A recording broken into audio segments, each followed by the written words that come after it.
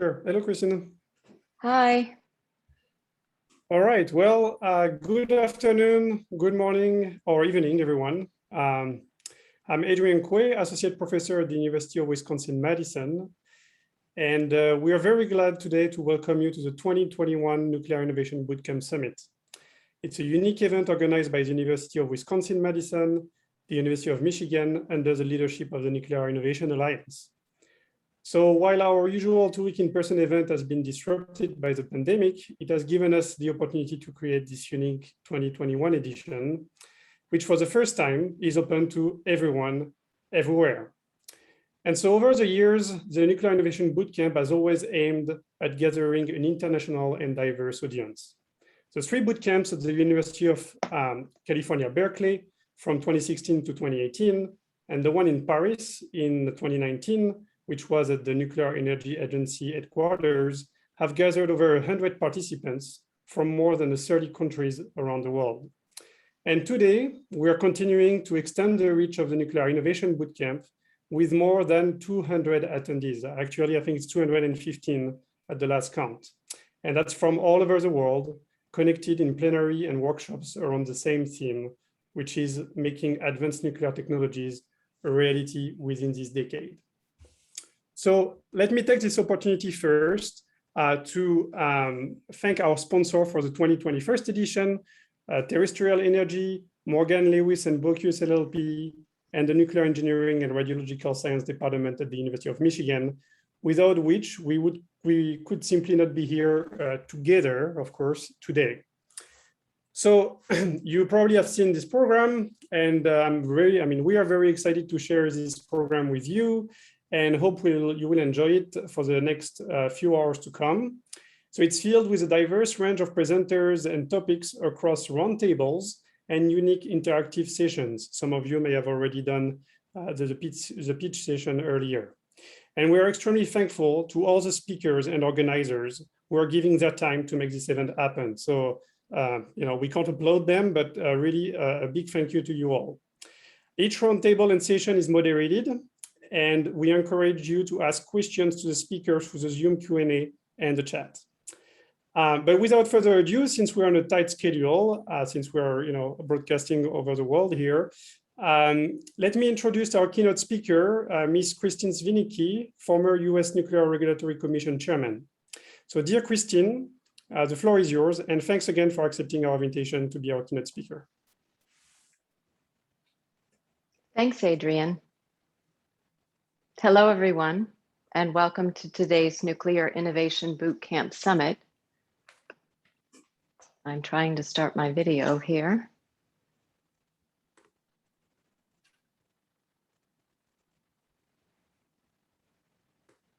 Are we going?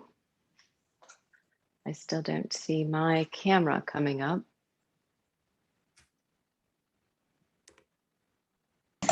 Christine, we see you. Oh, okay. Thank you so much. Okay, so I will just try to start again. Again, everyone, hello and welcome to today's Nuclear Innovation Bootcamp Summit. We convene in this virtual forum as a gathering of communities that are working to modernize the nuclear enterprise for this century.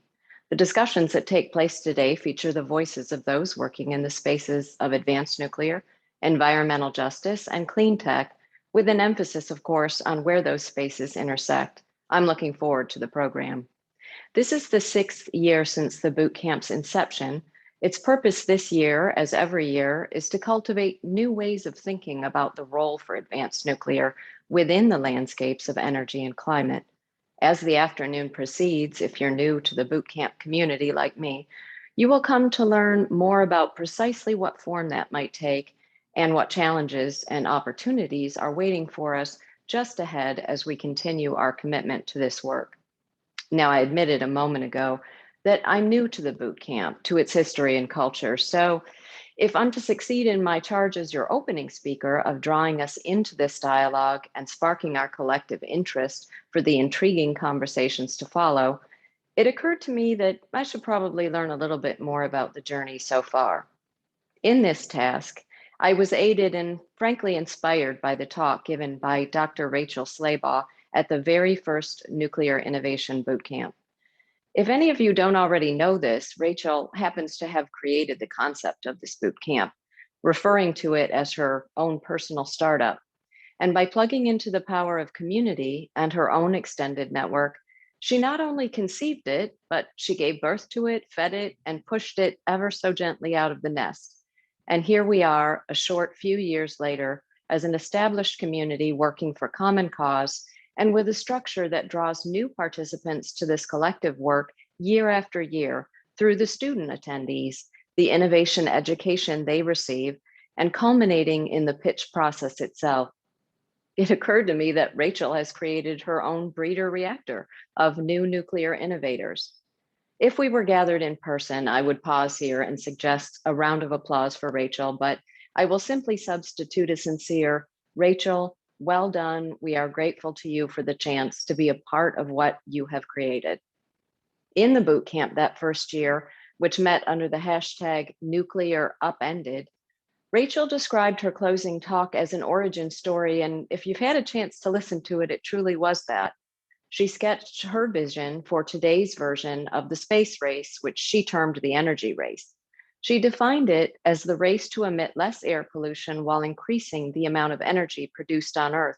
She emphasized that we need to have those things happen together so we can enhance people's lives. Her vision wasn't about doing without or becoming less than we are. In her depiction, winning the energy race isn't about having less, it's about being more. Rachel's goal for the boot camp was to take a new stand for clean energy. And she pointed to its success that first year as an expression of what can be done when a few people have a crazy idea and pursue it with passion. In her thinking, the conversation needed to be expanded well beyond technical innovation. It needed to be broad enough to recast the whole nuclear story and the whole nuclear sector to, as she put it, better reflect our values and to better solve the problems we are facing. Certainly, no one can fault Rachel for a lack of ambition in laying down the charge to the participants that first year. She included within the scope of what was needed the following items. We need not only to support new nuclear startups, we need to fundamentally transform the workforce. We need people to start and work at startups. We need people at labs and industry to be excited to work together. We need people within all parts of nuclear to embrace moving forward, to question assumptions, to be agile, and to want to do things differently. We need to shift how we think about communication and how we see ourselves in terms of other clean energy sources. We need to embrace the diversity of ideas and approaches that characterizes what is special about innovation. And for us to win, she said, everybody's got to contribute. As we meet today, I observe that the momentum created at that first boot camp, the community that was created in building it and putting it together, and the initiatives and conversations that have propagated outward since then have resulted in real and demonstrable progress. The nuclear story is changing. The conversations on the panels and workshops to come after my talk will demonstrate that. And as a result, our chances of harnessing nuclear technology more broadly and efficiently to better address the problems humanity faces are brighter than ever. In sharing so authentically her own reflections and doubts about personally detouring her academic work to take on this challenge, Rachel offered us the stark reminder that however ill-positioned each of us may think we are to take on a challenge as big as the whole world and encompassing all of human endeavor, the bottom line, she said, is no one else is coming. We are the people. This is our responsibility. The work is ours, and it includes transforming the way that nuclear thinks about itself and the way the world thinks about us. I mentioned earlier that Rachel's closing talk at the first boot camp not only informed me, it also inspired me. Now, as a nuclear engineer by training and background, you might reasonably assume that it was the element of innovation around nuclear technology that resonated the most strongly with me. But while logical, that assumption would be incorrect. What resonated the most deeply to me of all the exciting elements that make up the bootcamp concept was the focus on communication. It would only be marginally grandiose to say that most of the experiences I've had throughout my career have reinforced my view that a failure to communicate authentically and effectively about why we do what we do may be the greatest Achilles heel in the nuclear enterprise. The author Morgan Housel, who wrote the best-selling book, The Psychology of Money, wrote a separate piece on his blog earlier this year entitled, "The Best Story Wins." In it, he wrote, "A truth that applies to many fields, which can frustrate some as much as it energizes others, is that the person who tells the most compelling story wins, not who has the best idea or the right answer, just whoever tells a story that catches people's attention and gets them to nod their heads." Among the numerous examples he used to prove the point, this one stood out to me. He wrote, "The Civil War is probably the most well-documented period in American history. There are thousands of books analyzing every conceivable angle, chronicling every possible detail. But in 1990, Ken Burns' Civil War documentary became an instant phenomenon with 39 million viewers and winning 40 major film awards. As many Americans watched Ken Burns' Civil War documentary in 1990 as watched the Super Bowl that year.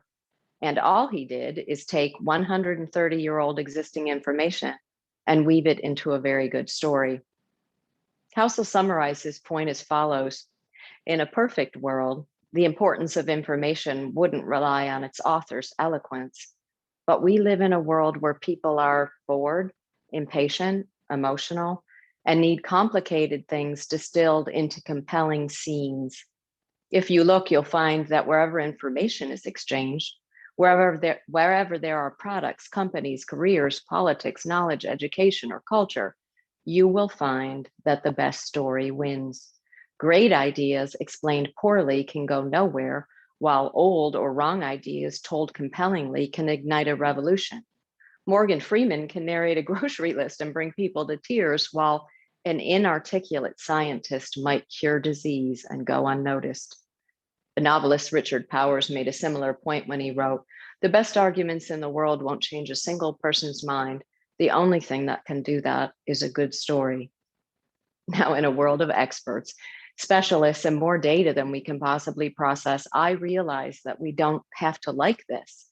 And trust me, I count myself among those who want desperately to believe in meritocracies.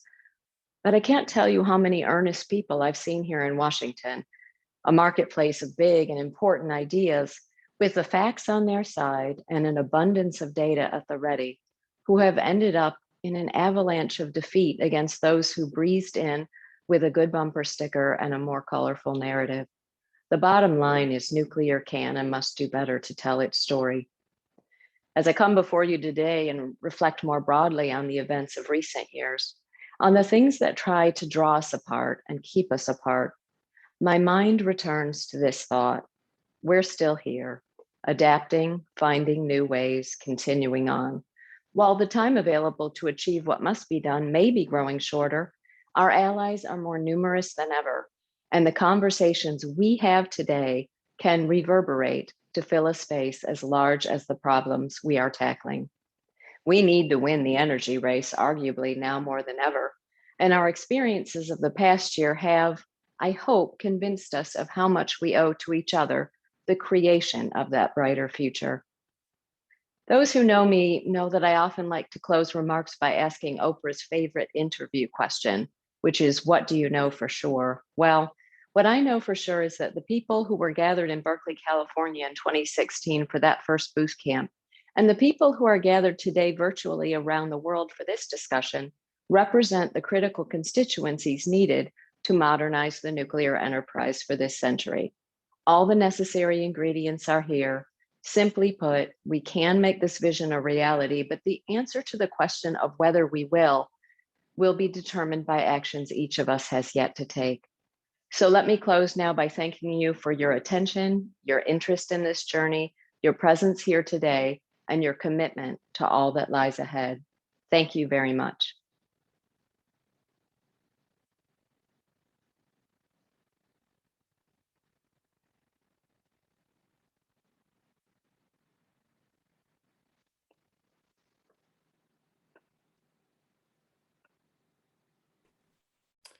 Thanks a lot, Christine. for this very inspiring keynote speech, and for reminding us of Rachel's legacy. So Ashley, I think we are going to get into the first panel here.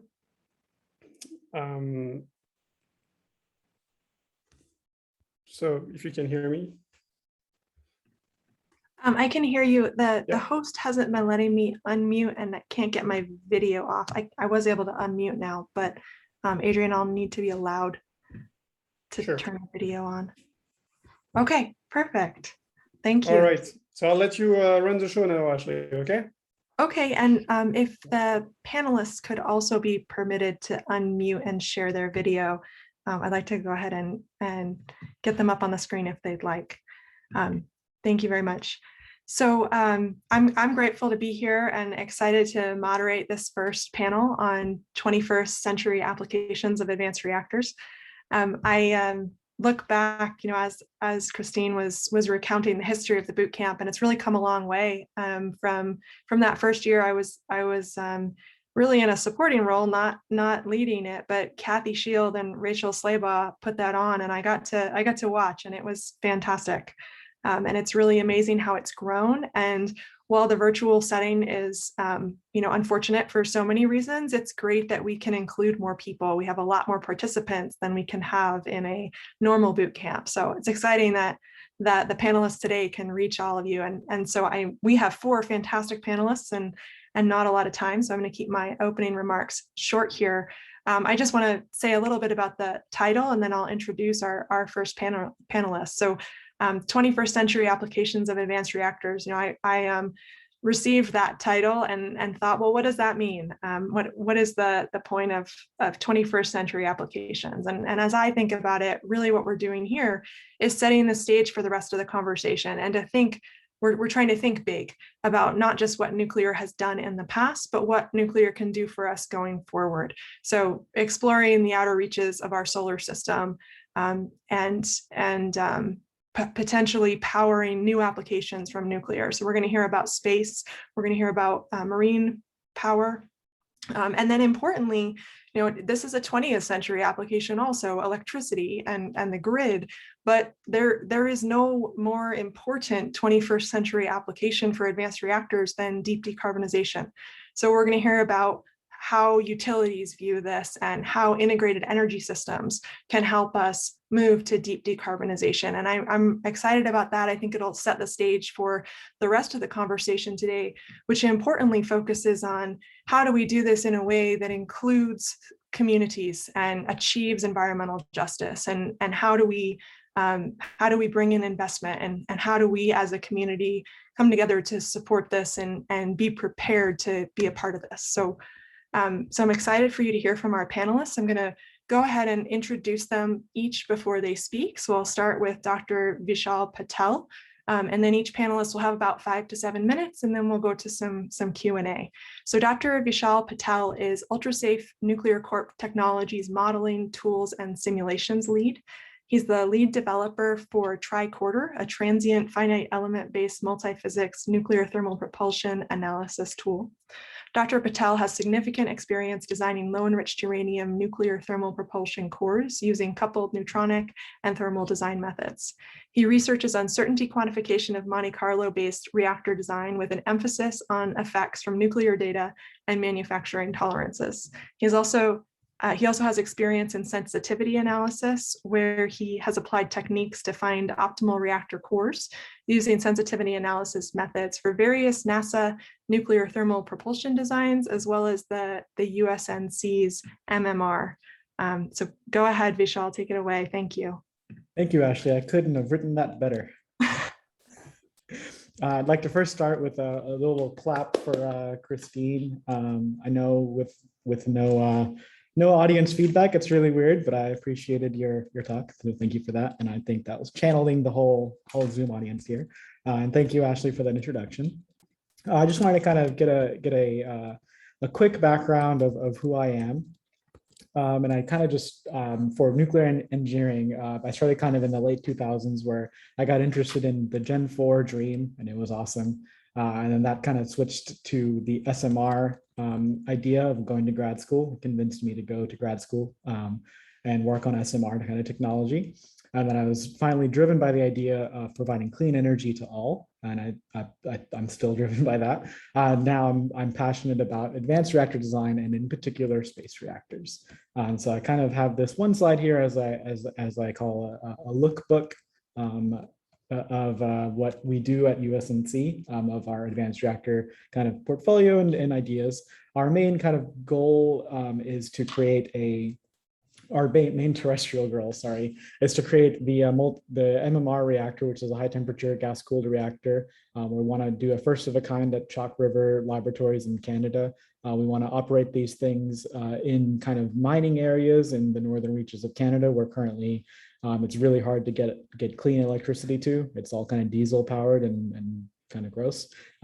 So we're hoping to do that. And that technology is powered by our fuel technology, fully FCM fuel, which is a triso-based fuel inside of a silicon carbide matrix that has very nice radiation properties, well, safety properties. And so we took that idea and we want to go into space. And so that's really what I do on the daily basis. Of we design space reactors, particularly for producing power, for producing heat, and producing propulsion. In particular, I got started with nuclear thermal propulsion with the NASA program, and we took that via Small Business Innovative Research grants, and we're able to kind of take that into USNC and build our business for space reactors there. So we design LEU, nuclear thermal propulsion reactors, which are ways of heating up hydrogen with a nuclear reactor to do propulsion. We also have the pylon reactor, which is our space-based electricity producing reactor, and potentially also a hybrid energy system, but I'll leave that for Shannon later to talk about those kind of applications. That's kind of the general idea of what we do. So I will yield the floor here, just kind of get a background of who I am and what I do, and I will hopefully give my panelists some more time and more time for questions. Great, thank you very much for that, Vishal. Appreciate it. So next, I will go ahead and introduce Jason Herbert, who's the Senior Director for External Strategy and New Nuclear Development at Energy Northwest. He advises Energy Northwest and project partners on external affairs strategy and consults with entities across the country on energy, climate, and environmental policy. Prior to joining Energy Northwest, Jason worked in the, oh, guys, I'm sorry, I totally botched that. And my panelists are being so kind, but I am supposed to be introducing Dr. Shannon Bragg-Sitton. So let me go ahead and recover. Thank you. Dr. Shannon Bragg-Sitton is the Idaho National Laboratory Lead for Integrated Energy Systems in the Nuclear Science and Technology Directorate. In this role, Shannon leads research in the innovative application of nuclear energy alongside other clean energy generators, seeking to maximize energy utilization, generator profitability, and grid reliability and resilience through systems integration.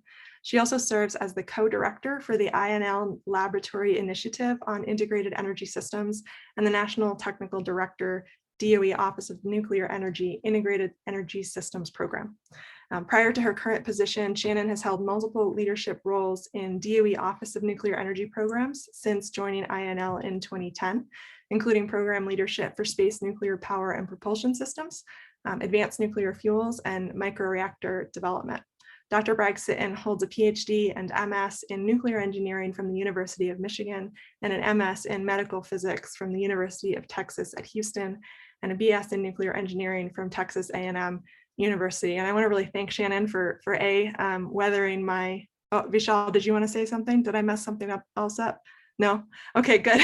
I want to thank you for your patience, panelists, for my bobble there, but also just say I'm super excited to have Dr. Bragg-Sitton on the panel because she's a colleague and a friend, and also I'm always really staggered by her background in nuclear and how many different areas she's worked in and really dove deep in, so she's great to talk to, and I appreciate your joining today, Shannon, and look forward to your remarks.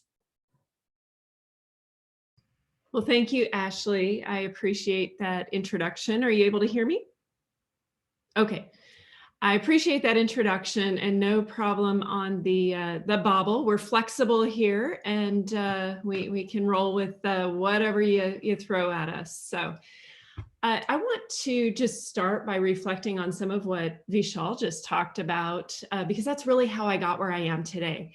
My background is in the development of novel nuclear systems for space propulsion to get us to the outer reaches of our solar system, going to Jupiter and other locales, but also for surface power applications to put a base on the moon or Mars. And when we think about those systems, we design them to use every single watt of energy available to us. We can't afford to throw anything away, to waste any energy, and we need to use that power system as effectively as possible. So when I came to INL, there was some work getting started on integrated energy systems, at that time referred to as hybrid energy systems. And it really got me thinking, why shouldn't we take these same principles that we use for space applications and use them terrestrially? Why do we continue to focus on singular solutions to our energy demands? So if I look out at how we use our energy systems today, we tend to focus on the utilization of a nuclear plant, for example, just for electricity production, or a renewable generator just for electricity production, or fossil generators to support heat demands. Why shouldn't we begin to look at this from a cross-sectoral perspective so that we can better utilize the investments that have been made into each of these generators to supply all of our energy demands? So if I look at how our systems are currently operating within our grid, we see more and more renewables coming online, which is great. This helps us, we think this helps us get toward our decarbonization goals. But what in fact is happening in many regions is that as we introduce more and more renewables to the grid, that is driving generation to be in excess at some periods of time. That drives electricity prices lower and even negative in some regions. So as we introduce more renewables, that sounds like a great thing. But in fact, in some of those regions, it's driving other generators like nuclear systems out of the market. And this is because those nuclear generators dial back their power production during those times of excess electricity. And rather than dialing back any operational costs, that actually maintains costs. So what it means, bottom line, is that it's reducing revenue to those plants. And some of those plants are closing down early in the US and also in international locations. So what we propose when we look to these cross-sectoral solutions is a better utilization of that energy. Electricity is only part of the energy demands that we need to meet every day. We also have demands in industry and transportation. Well, if we look in at a nuclear plant, the output is primarily heat. That's the number one output from a nuclear plant. Then we convert it to electricity. Why not better utilize that heat from a nuclear plant to support industry when electricity isn't needed by the grid? So what you see in this diagram here is an example of how we might look to integrated solutions where we might couple these technologies directly in an energy park, or perhaps better coordinate their operation within a grid balancing area such that we can leverage contributions from small nuclear, such as a micro reactor in a remote region, or large scale nuclear, alongside these other clean energy generators in order to support our electricity demands, but also to provide energy storage when it isn't needed, or to send that energy, that heat and electricity, directly to those industrial applications that can be co-located, or to produce hydrogen that has a huge number of applications for transportation with fuel cell vehicles, or for the production of liquid synthetic fuels, or to support industrial applications as an energy carrier. We can also direct that to water purification, or to support other chemical processes, or to upgrade biofuels. So when we take this more holistic view of our energy generation and our demands, we can find solutions that maximize energy utilization while we maintain generator profitability. We aren't driving anyone out of the market for short-term reasons, but then we also minimize environmental impact. And when I say that, I'm referring not just to air emissions, but also to water use, land utilization. Nuclear packs a punch. It is really dense in its energy supply and has a tiny footprint relative to other clean energy generators. And we need to think about that when we consider environmental justice aspects of these energy technologies. But by doing so, and using these systems more collectively, we can also maintain affordability to the consumer and ensure grid reliability and resilience.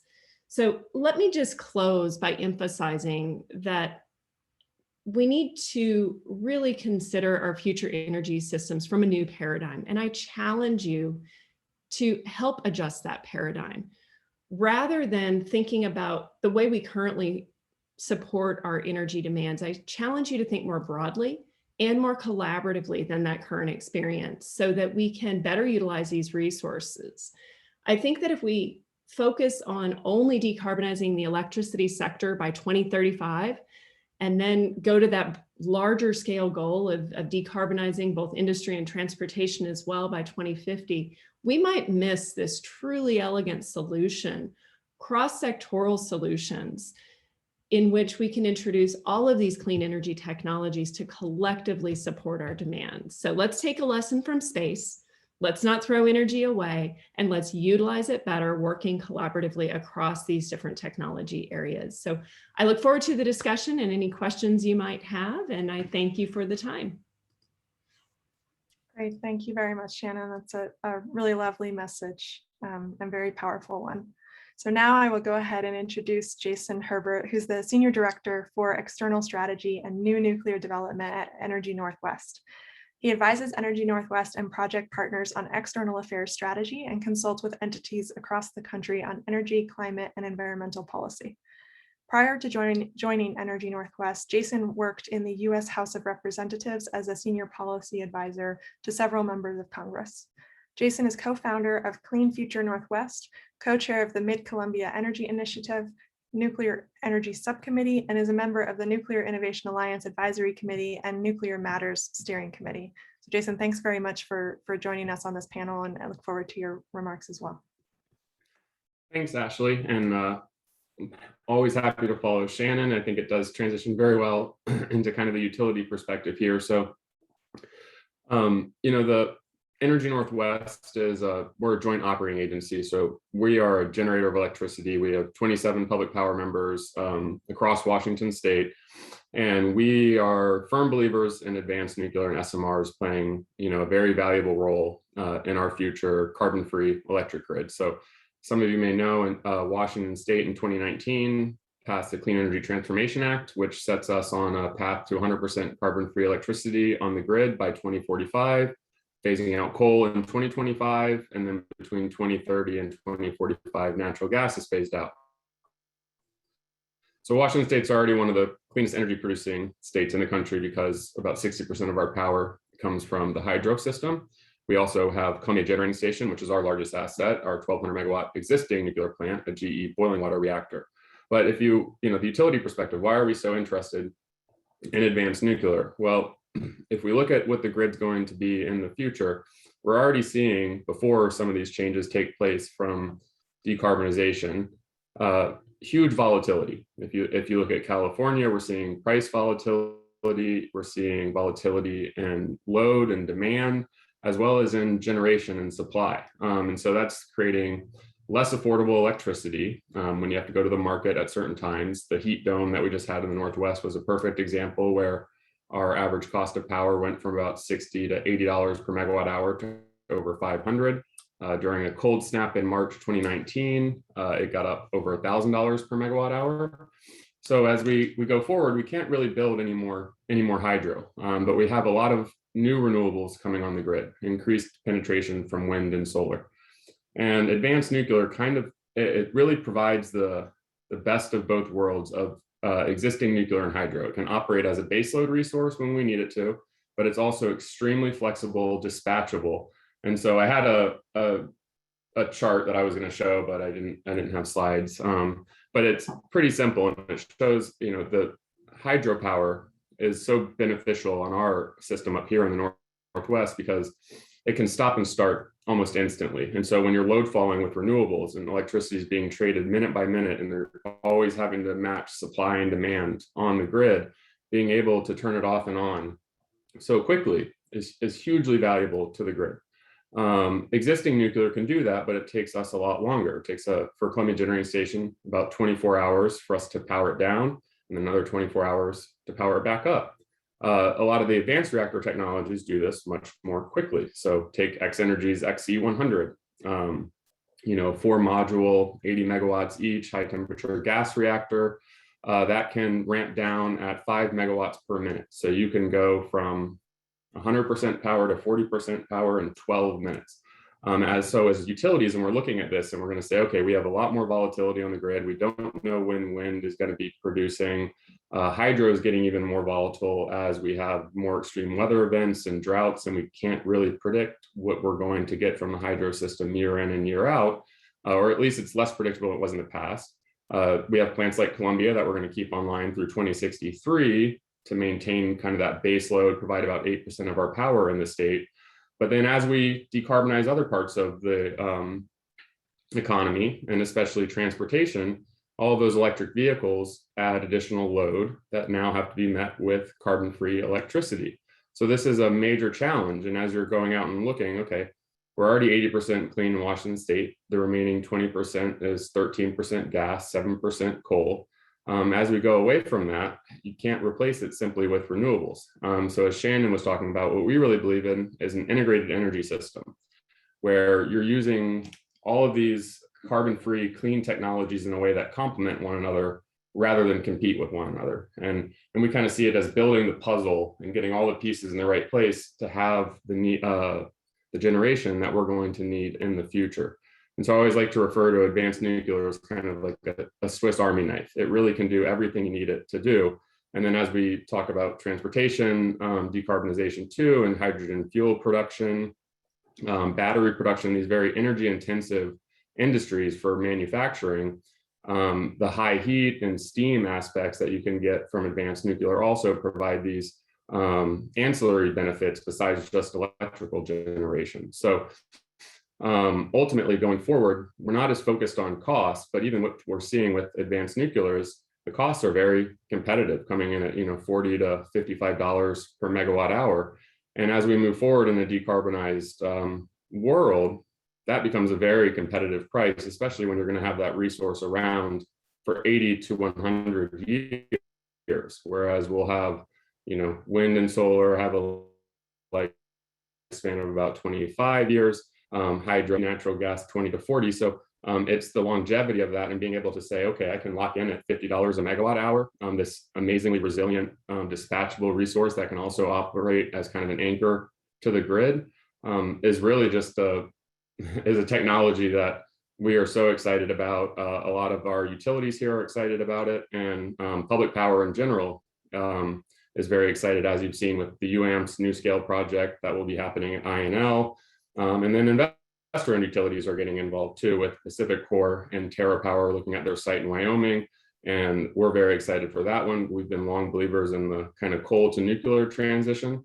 So ultimately, as we move forward, we think that there is a huge opportunity to build advanced nuclear in the Northwest and meet our carbon-free needs in the future. And we're not talking about building one plant. Most of the studies that we've done and that we've seen show by 2045, we'll need about 5 gigawatts of new generation from SMRs and advanced nuclear to pair with those renewables that are coming on the grid, meet the increased load demands from electrification of other parts of the economy, and make sure that we're maintaining both an affordable grid and a reliable grid. And advanced nuclear is really kind of the key piece of that puzzle as we see it. And so I'm really excited to be here.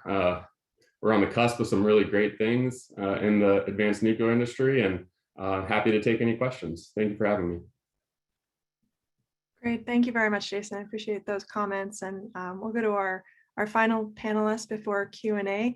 And our final panelist is Mikhail Bo. He's a senior maritime executive with 3 decades of experience from floor to board level in shipping, finance, and technology. As chairman and CEO of Core Power, Mikhail today plays a key role in the development and deployment of a new generation of reactor technologies as the solution for ocean transportation to meet its emission reduction targets. And I want to really emphasize here that this last speaker, Mikhail, I think, reminds us to think outside the box. There are some very hard to decarbonize sectors that might benefit from advanced reactors. And even if the prevailing narrative is no, that will never work, we have folks who are bold and thinking outside the box and figuring out how to make it work and to build a bridge from here to a decarbonized economy. So Mikhail, go ahead. We're really excited to have you on the panel, and a reminder to just keep to 5 to 7 minutes so that we have time for questions. Thank you. Thank you, Ashley. It's a pleasure to be here. Vishal and Shannon and Jason, very nice to follow you on this first panel of the boot camp. I think you're right, Ashley. We're coming at this from a very different angle. You know, nuclear innovation for us isn't so much about, you know, figuring out which what technology is going to do, but which technology we're going to use to transform and in many ways disrupt the industry that we come from. So we're sort of the client, if you like. We're the industry that's got a problem. We're the industry that's looking for a solution, and we find actually that a lot of advanced nuclear development is really a solution looking for an industry. So I think there's as you said, there's a bridge to be built between the two.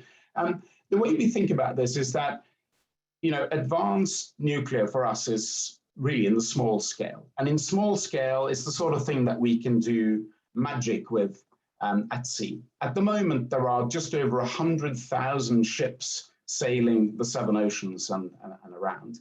These are from the very small to the extremely large. Usually the extremely large ones are the ones that you see, the ones that get stuck in the Suez Canal, and, you know, those type of ships. And it's interesting, but 7,000 of those 100,000 ships emit about 50% of all of the carbon and greenhouse gas emissions that come from the shipping industry, which in total is about 3% of the global total. And those 7,000 are almost impossible to imagine doing anything but fossil fuels unless you introduce advanced atomic, as we like to call it in the shipping industry, because nuclear is still an unpopular term. There's about the narrative we use as well. So we have a chance really to create a very specific solution for this, you know, heavy transport sector, which really is at the backbone of everything that we do in our daily lives. I mean, 90% of all global trade is carried by sea, carried at sea rather.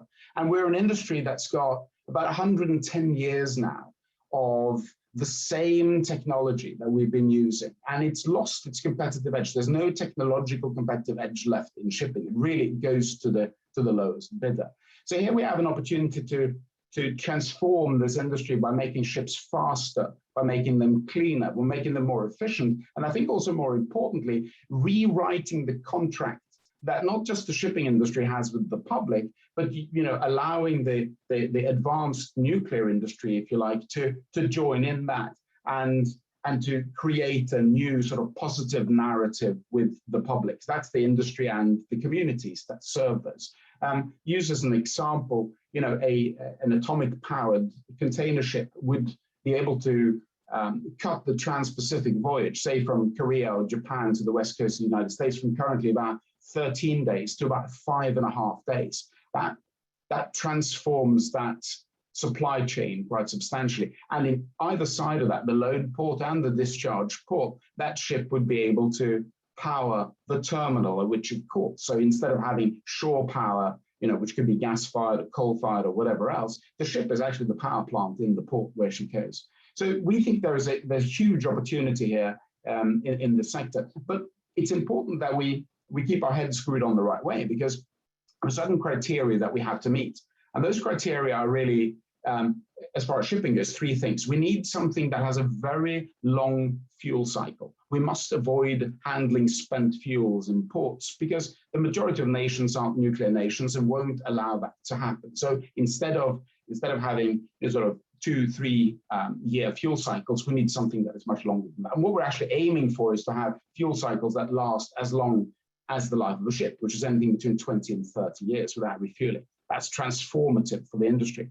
We need something that is passively safe, something that if there is a catastrophic accident at sea, and these things do happen, regardless of whether there's a nuclear reactor on board or not, that the system shuts itself down passively, even if there's no crew there left to handle it. And of course, lastly, we need this to be affordable. We need this to have a sort of a small modular aspect to it, so we can manufacture and decommission it effectively. But we also need to be able to think about the reuse and the recycling of the fuel and the components, not so much the components, but more the fuel. So if we can have fuel that can go on and last for generations of ships, I think we can make big differences there. I mean, to end this whole thing on really the topic we're talking about, which is innovation, I mean, I think we get into this kind of area. We're looking at a much faster innovation cycle than the industry has seen before. The ability to produce potentially hundreds of small modular machines that can power these massive assets, and each single one that is produced under very high quality standards, enables us to speed up that innovation cycle, continuously learn and improve on it. So, as a test bed for new nuclear innovation, I think our industry is more than welcome. And I should also say it's one that can afford to pay for it. Thank you. Fantastic. Thank you, Mikhail, and thanks to all of our panelists. I'm going to go ahead and move to questions. This first question, I'm going to combine my first question with Christine King's submitted question. So you've all described really important and compelling areas of work. If a student or an early career professional is interested in working in your topic area that you've discussed today, what type of questions should they expect to be grappling with in their career and trying to answer? What are they going to be working on? What are your key issues? And how could they prepare themselves for that? And I want to make sure as you answer that, please address, if they're not an engineer, is there a role for them, and what might that be? And I'll ask you to go in your order of the panel, if you don't mind. So we'll start with you, Vishal. Sure. In terms of the kind of background, I'd be hard pressed to figure out a background that wasn't needed in this future that I imagine. So you got that going for you. And in terms of the questions that we're answering, the biggest questions on my mind that keep me awake sometimes is how we regulate the industry in space. It's going to be an international collaboration potentially. We have to make sure that we're operating safe, an NRC type of organization, whether it's going to be the DOE, NRC, or some other new body. So regulations, paperwork are always the funnest things that you can expect to be doing. But there's always technology problems also. How do we fit this thing into this other thing? How do we make the thing? How do we make sure that we're building the thing right every time? So I think all the challenges that exist on Earth will exist on space, and then there will be new ones. So that's kind of my attitude there. So it's all inclusive. Thanks, Vishal. Shannon? Yeah, absolutely. So I'll start with the what backgrounds. What if you're not an engineer? Great, welcome to the team. If you are not an engineer, we need to bring people in from all types of backgrounds and experiences to make these systems successful. And that includes those who understand how policy is made, how policy might impact communities, how they might impact technical decisions, but also how communities perceive these technologies. And we need to work better in engaging those communities, to listen to them, to understand if there is a concern about a new energy system, whether that be nuclear, hydro, whatever the case may be. We need to listen to that concern and understand it and address it. And frankly, engineers aren't the best at doing that. So we welcome you to the fold. In fact, Ashley and I were having a discussion just yesterday about the need for social science to engage in these engineering decisions. And some of the big challenges that I see for integrated systems implementations echo some of what Vishal just said with regard to regulation. We're talking about integrating traditionally very diverse systems that have different regulatory bodies, different concerns, different operating parameters. So we're bringing different disciplines together, learning to speak one another's languages, learning to understand how to better work together, and then to communicate safety and operational conditions to our regulators so that we can be successful in these. And additionally, when we look to energy system planning, integrated systems, this is new. Our tools don't address it. Our tools don't allow for assessment and inclusion of these types of solutions. So we need to create those solutions and add to the assumptions that go into some of our planning tools that are used by utilities, by chemical companies, anyone that might utilize energy, and so to make sure that they're looking at the big picture of the solutions. Thank you, Shannon. Jason, do you have a comment on this one? Yeah, Shannon addressed a lot of things that I was going to say. You know, I do think that there's a couple of areas to really focus on. You know, policy is really driving a lot of the change that we're seeing, both state policy and now what we're seeing at the federal level. So an understanding of what's going on in that policy arena and the ability to go out and speak and interact with you know, NGOs, environmental groups, key stakeholders, legislators, and others, and really be an advocate for advanced nuclear and the industry and the role it can play is still needed. There's still a lot of, I wouldn't necessarily classify it as opposition, but a lot of questions about how this will work. And then there's just the varying state and federal policies. For instance, Washington State, you know, we have a clean energy standard that includes nuclear. Oregon just passed one that includes nuclear, but Oregon also has a moratorium on building any new nuclear. So they're open to importing nuclear. California doesn't want to do either. So these are three of the biggest systems on the Western Interconnect. How does that work? So really it's the, you know, get involved in understanding of the long-term kind of power planning needs of the grid system. Interconnect and the transmission system works. You know, for instance, in the Western Interconnect, there are 38 balancing authorities that are all trading power minute by minute, hour by hour, all making sure that they have the generation needed to meet their demand. So it's an extremely complex system. And as we move towards integrated systems and bringing advanced nuclear online, there needs to be an understanding of how all those things are going to work together, and that there are immense challenges that still need to be addressed besides just building new resources. And the biggest one is transmission. I mean, we think it's going to be easier to build an advanced nuclear reactor than it will be to build some major transmission lines that cross state borders.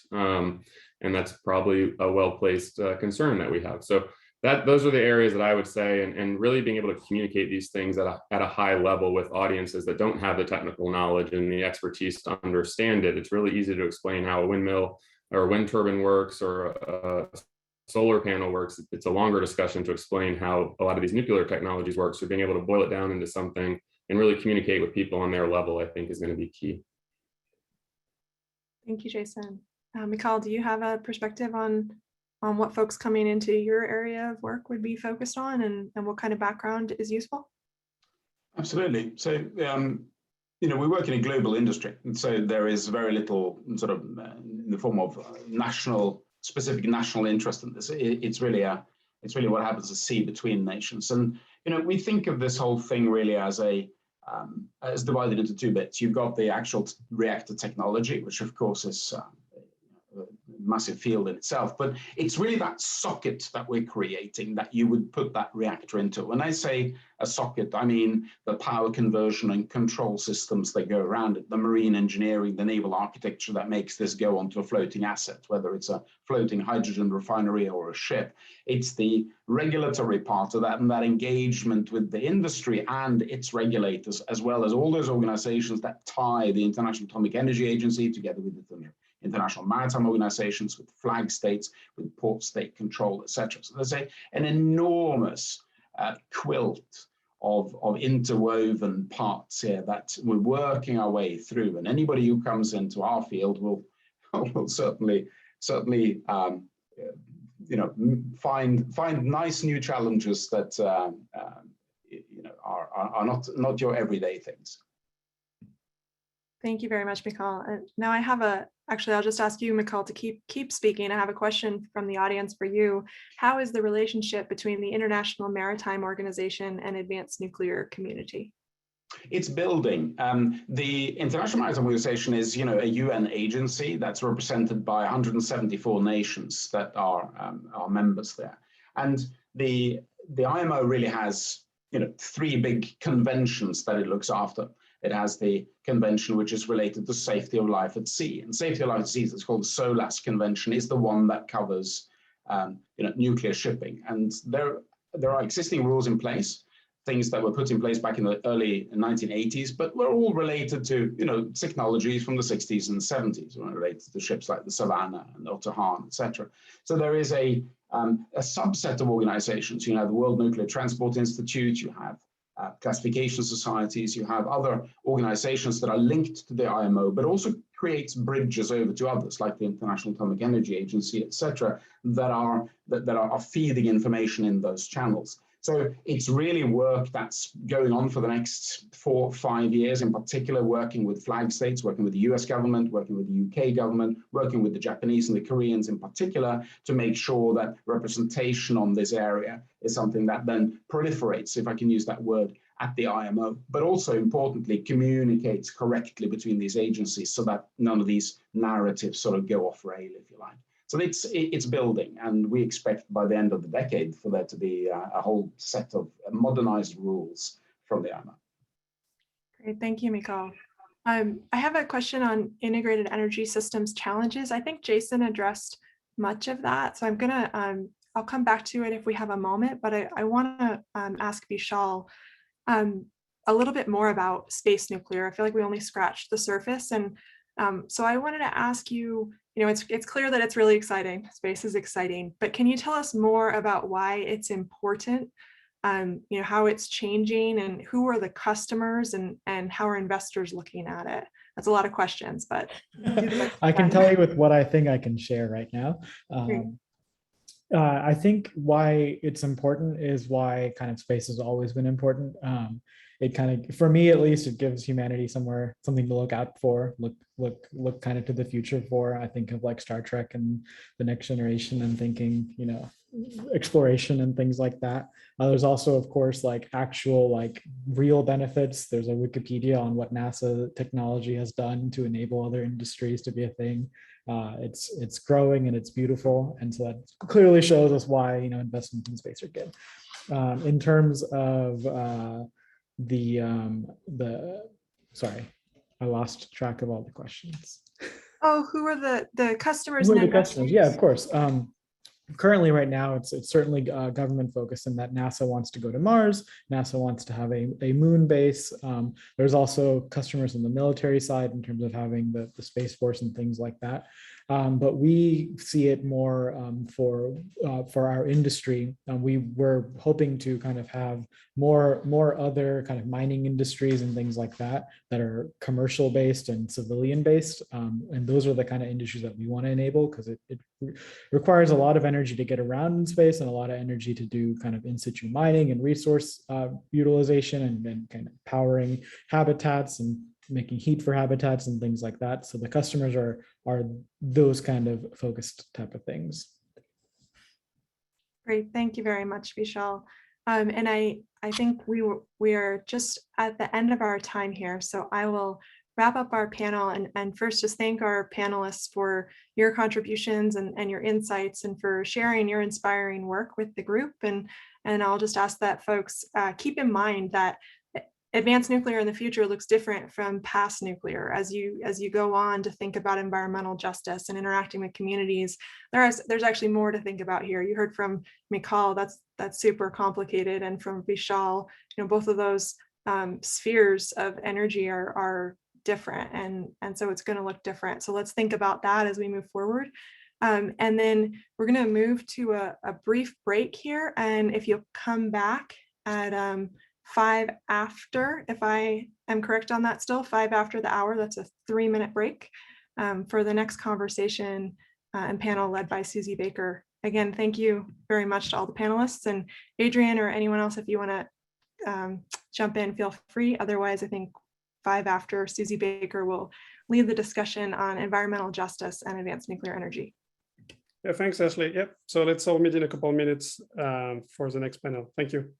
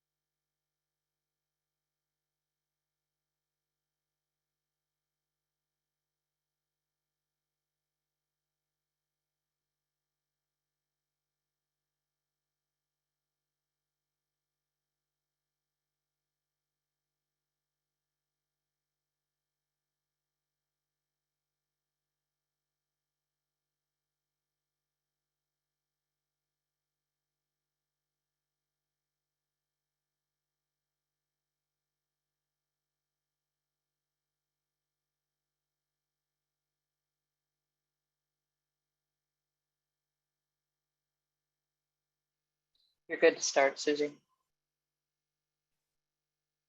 Okay, can my panelists turn on their, thank you. All right. Okay, it's always so disorienting, these webinars. I think I'm going to change views so I can look at, here we go. There we go. Now I see everybody. Okay, so we're on, Sue. We're good to go? You are. 105. Okay. Well, hello and welcome to the boot camp and to our panel on environmental justice and nuclear energy. I'm Susie Hobbs-Baker, the creative director of the Fastest Path to Zero initiative at the University of Michigan and a co-founder of the Good Energy Collective. As I'm sure folks are aware, there's been a huge push from activists, progressive politicians, as well as the Biden administration to incorporate justice principles into the climate response. And now we're starting to see new executive orders and legislation that are aimed at helping to make this a reality. And I know a lot of folks in the nuclear space are still wondering, like, what does this mean? And what is this going to mean for nuclear specifically? So just to offer a very high level scene setter for this conversation, I just want to flag for the audience that there are many types of justice, and some of the big buckets or frameworks to be familiar with include restorative justice. So for nuclear, this is sort of the idea of addressing our legacy issues, from mining to weapons testing to waste management. We've got some significant work to do with regard to making amends for some of the outstanding harms that have been committed in pursuit of this powerful technology. We've all seen the way that this continues to sort of plague our ability to move forward. Procedural justice is another bucket, which, as a very highly regulated sector, procedural justice for us might look like designing new processes and procedures to include everyone who wants to be included in co-creating the future of nuclear energy, from requests for proposals to public meetings, the siting of new facilities. There are significant implications for the incorporation of procedural justice into the nuclear sector. And finally, distributive justice, which raises the question of who gets access to the benefits of the technology and who gets stuck with the risks. And unfortunately, the current breakdown is not very equitable.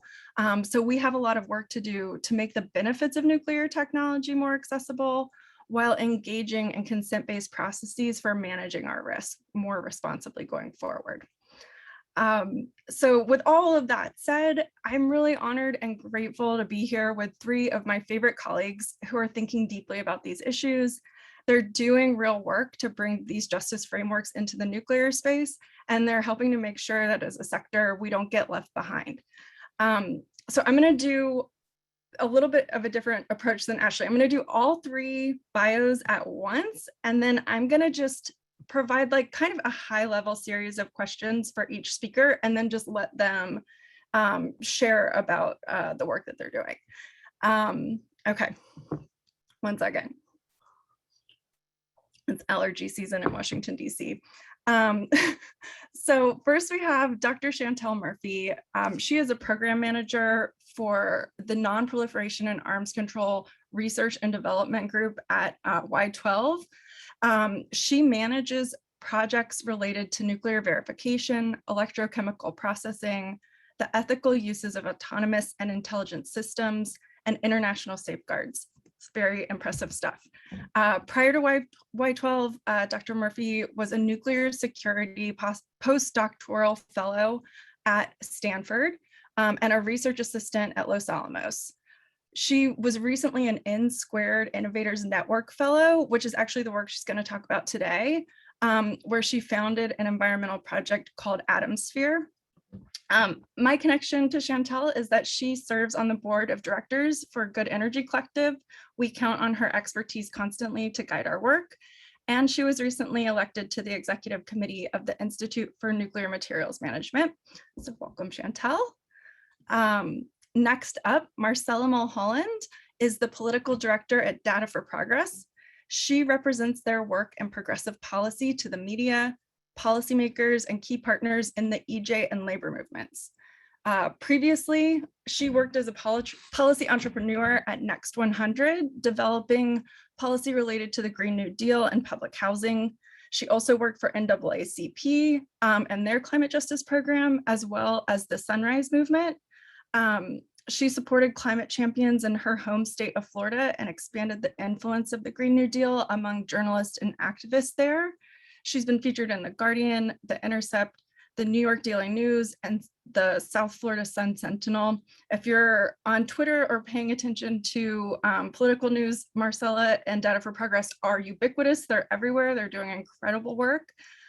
She is from South Florida and holds a BA in Political Science and Sustainability Studies from the University of Florida.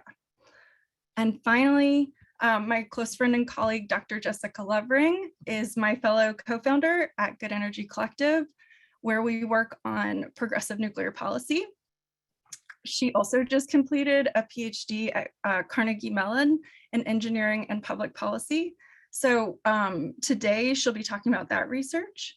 Her dissertation focused on how commercial nuclear trade affects international security standards and how very small nuclear reactors could be deployed at the community level. She's also a fellow with Energy for Growth Hub, looking at how advanced nuclear can be deployed in sub-Saharan Africa. She was formerly the director of the energy program at the Breakthrough Institute, a pioneering research institute changing how people think about energy and environment. I believe Jessica is actually joining us from the Breakthrough Dialogue. So thank you for taking a break from that to come chat with us. And her work there sought policies to spur innovation in nuclear technologies to drive down cost and accelerate deployment as a part of the solution to climate change. So a lot of this innovation policy that you've seen come through DC in the last 5 years, we can thank Jessica for her excellent work. She has a bachelor's degree in astrophysics from University of California, Berkeley, and a master's in energy policy from University of Colorado. Okay, so with all of that laid out for you, let's jump into conversation with our panelists. So first up, and this is gonna start sort of local and then national and then international. So we're gonna start small and kind of grow the lens out from there. So Chantel, you've been involved in nuclear security work for most of your career, and you are a serious climber and outdoors person. Can you tell us a bit about how these seemingly unrelated passions led to your work on Atomsphere, which is not atmosphere, Atomsphere, ATOM. I got this wrong and it was very embarrassing. This is an effort you created to bridge nuclear risk awareness and reduction with the outdoor community, particularly in the US Southwest. What have you learned in the process of building out that effort?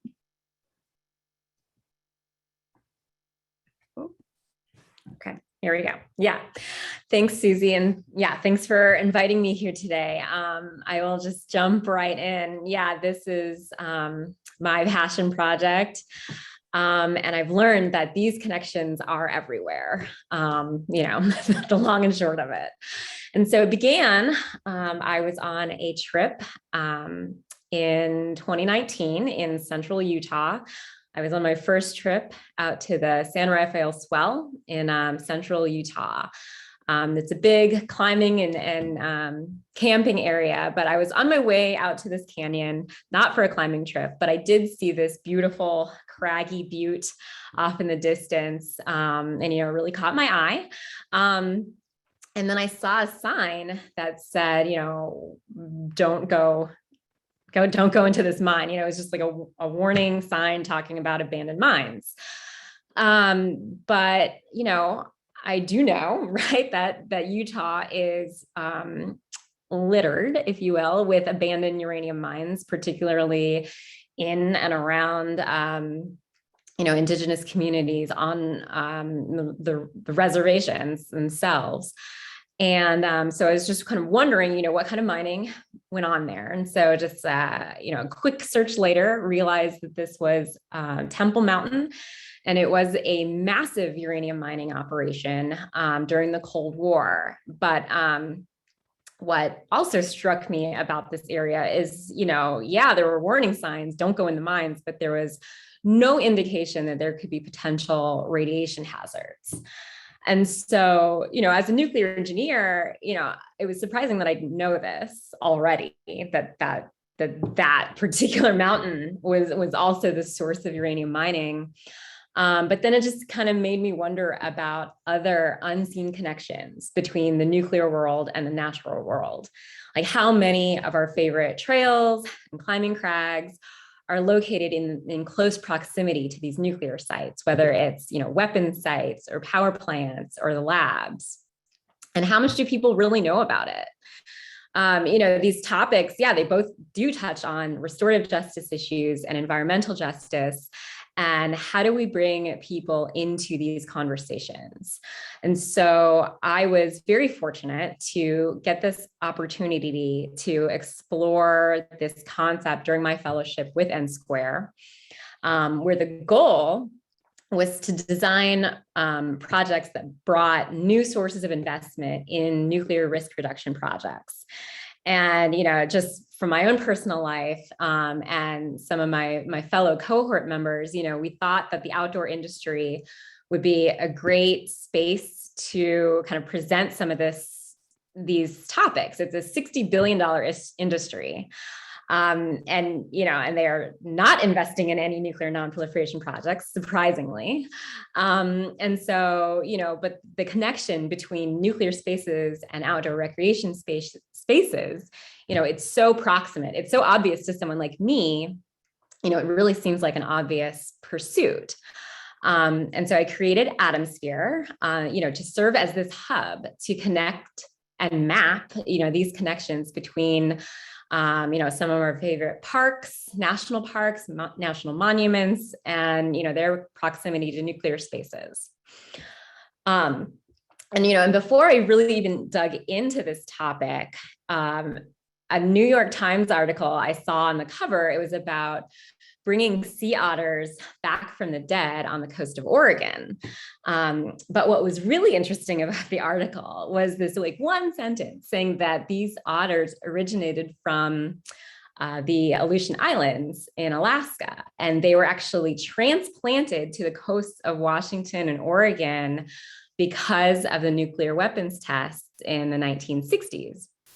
And so this is actually the legacy of one of the largest underground nuclear weapons tests, the Cannikin. It's a 5 megaton test that was done on Amchitka Island, which also happened to lead to the creation of Sierra Club.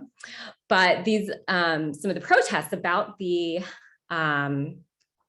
tests led to moving, some of the animals, and included these sea otters. When Alaska Game and Fish tried to transplant them to another coast along Alaska, the otters didn't survive. But it wasn't until the Atomic Energy Commission stepped in and provided advanced logistics and improved methods for capturing and handling the animals that they were actually able to successfully transplant. I think it was about 900 or so sea otters to the coasts of Washington and Oregon.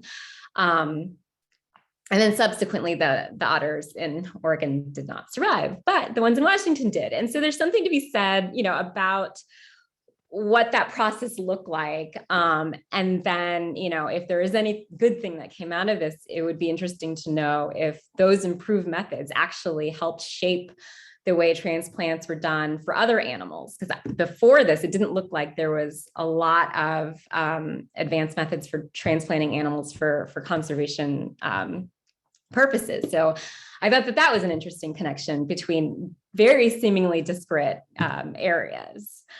And, maybe closer to the nuclear energy side of things, we talk about energy, we talk about reactors, but we don't often think about, the uranium, plutonium, and thorium aspects and where those come from and where they go. This is the rest of the fuel cycle, and it's big and it's impactful, and we don't really talk about it because we don't really see it. These sites, milling, mining, conversion, and then waste disposal, they're located in rural areas, strategically chosen, to minimize risk to major metropolitan areas, but these are also the same locations where people enjoy hunting and climbing and rafting. And so these sites are also locations where mostly poor and disadvantaged communities of color reside. And close to the outdoor community, as many of you probably know, this area that has gotten a lot of public attention is the Bears Ears National Monument area. And this is when Trump tried to dismantled the monuments, Grand Staircase Escalante, Bears Ears National Monument. There's a huge outcry from the public, and especially, climbers. I'm going to pick on climbers a little bit because they are vocal, and it's great and it's wonderful, and they have a lot of advocacy groups, and big outdoor retail companies got behind this lawsuit, and that was great. This is an important outdoor recreation area, as well as just the native home to the local Ute Mountain Ute Indian tribe there. But it gets about 126,000 visitors per year to just this one area. It's this world famous climbing area called Indian Creek. It's access to the Needles District in Canyonlands National Park. But also, just 30 miles from there is the White Mesa Mill. It's a uranium mill. And the local community is very concerned because there has been a history of contamination. They're concerned about groundwater contamination. The uranium contaminated materials need to be trucked in. And so they're obviously concerned about a major highway, Highway 191, which also goes straight up to Moab, which is another huge outdoor recreation hub, and also the site of another uranium mill big cleanup area. I mean, these connections are obviously very big in Utah, but it's important to point these out to the outdoor recreation community because they should also be concerned with radioactive spills on the highway because they're also traveling through these areas. And, environmental justice, it means all people should have the same protections from health hazards and are meaningfully involved in these decision-making processes around, creating healthy environments.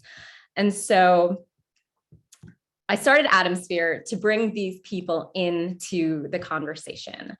I want to create a hub where people can tell their stories because it's not enough to just throw facts at people when you're talking about areas that they care about, places that they love. And through storytelling and data, the idea is to solicit content from hikers and climbers and hunters to talk about the places where they live and connect them with nuclear experts, nuclear security experts, or geologists to discuss, some of these impacts and, to kind of curate stories that can, educate the public, but then also bring them into issues that are close to them in the places where they love. And so I'll stop there and take more questions and conversation.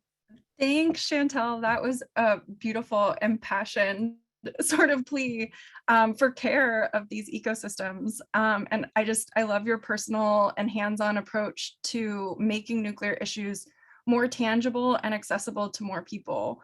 I think it's clear that when it comes to nuclear energy, environmental justice issues are quite different from, say, the impacts of fossil fuel. And a lot of legacy issues remain to be addressed, and many of the communities impacted are really rural or transient.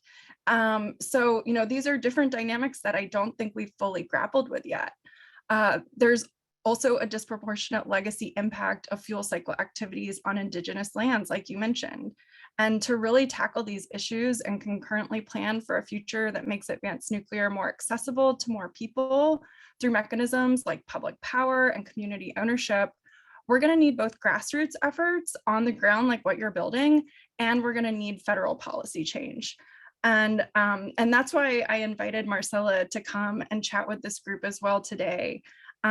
So in your career so far, you've worked with a number of grassroots organizations, so you know the ground game. You've done organizing for climate justice and a Green New Deal. You've worked with the Sunrise Movement, and now you're a top voice at Data for Progress, which is just one of the most impactful progressive policy shops in town in Washington, D.C.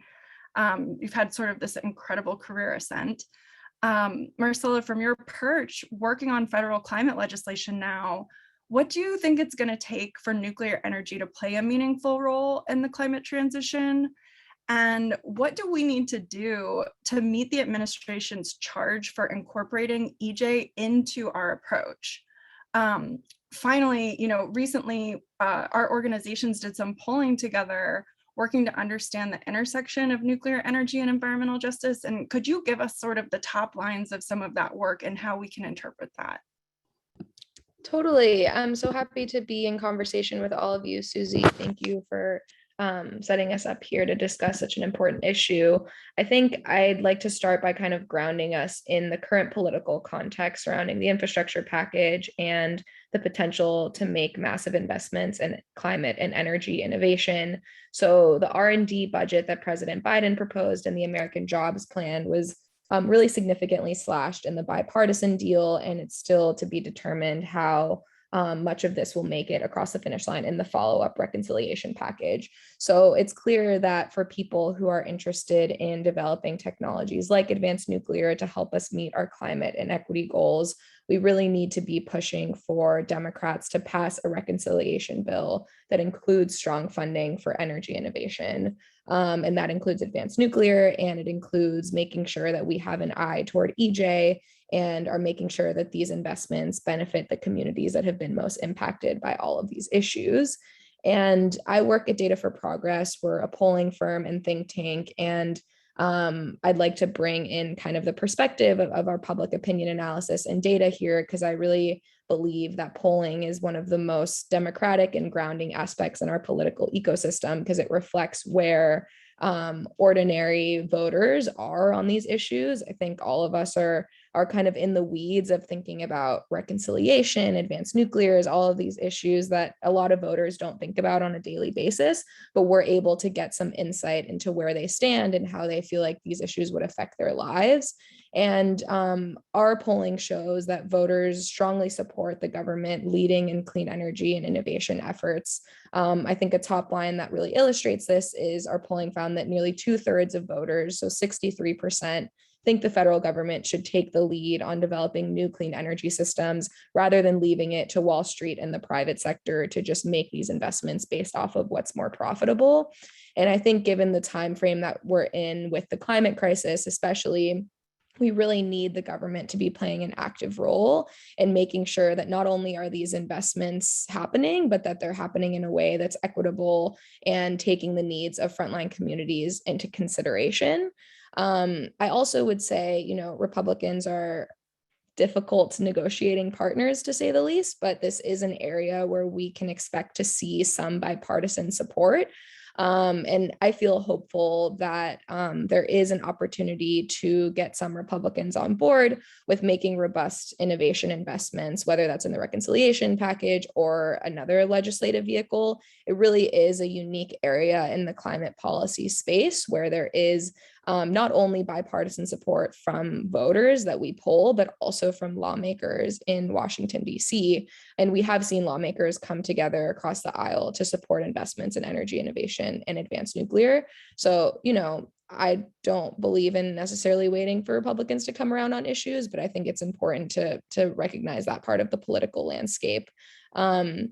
I think beyond federal investments, it's also really important that we talk about advanced nuclear in the context of increasing community ownership of some of these energy resources.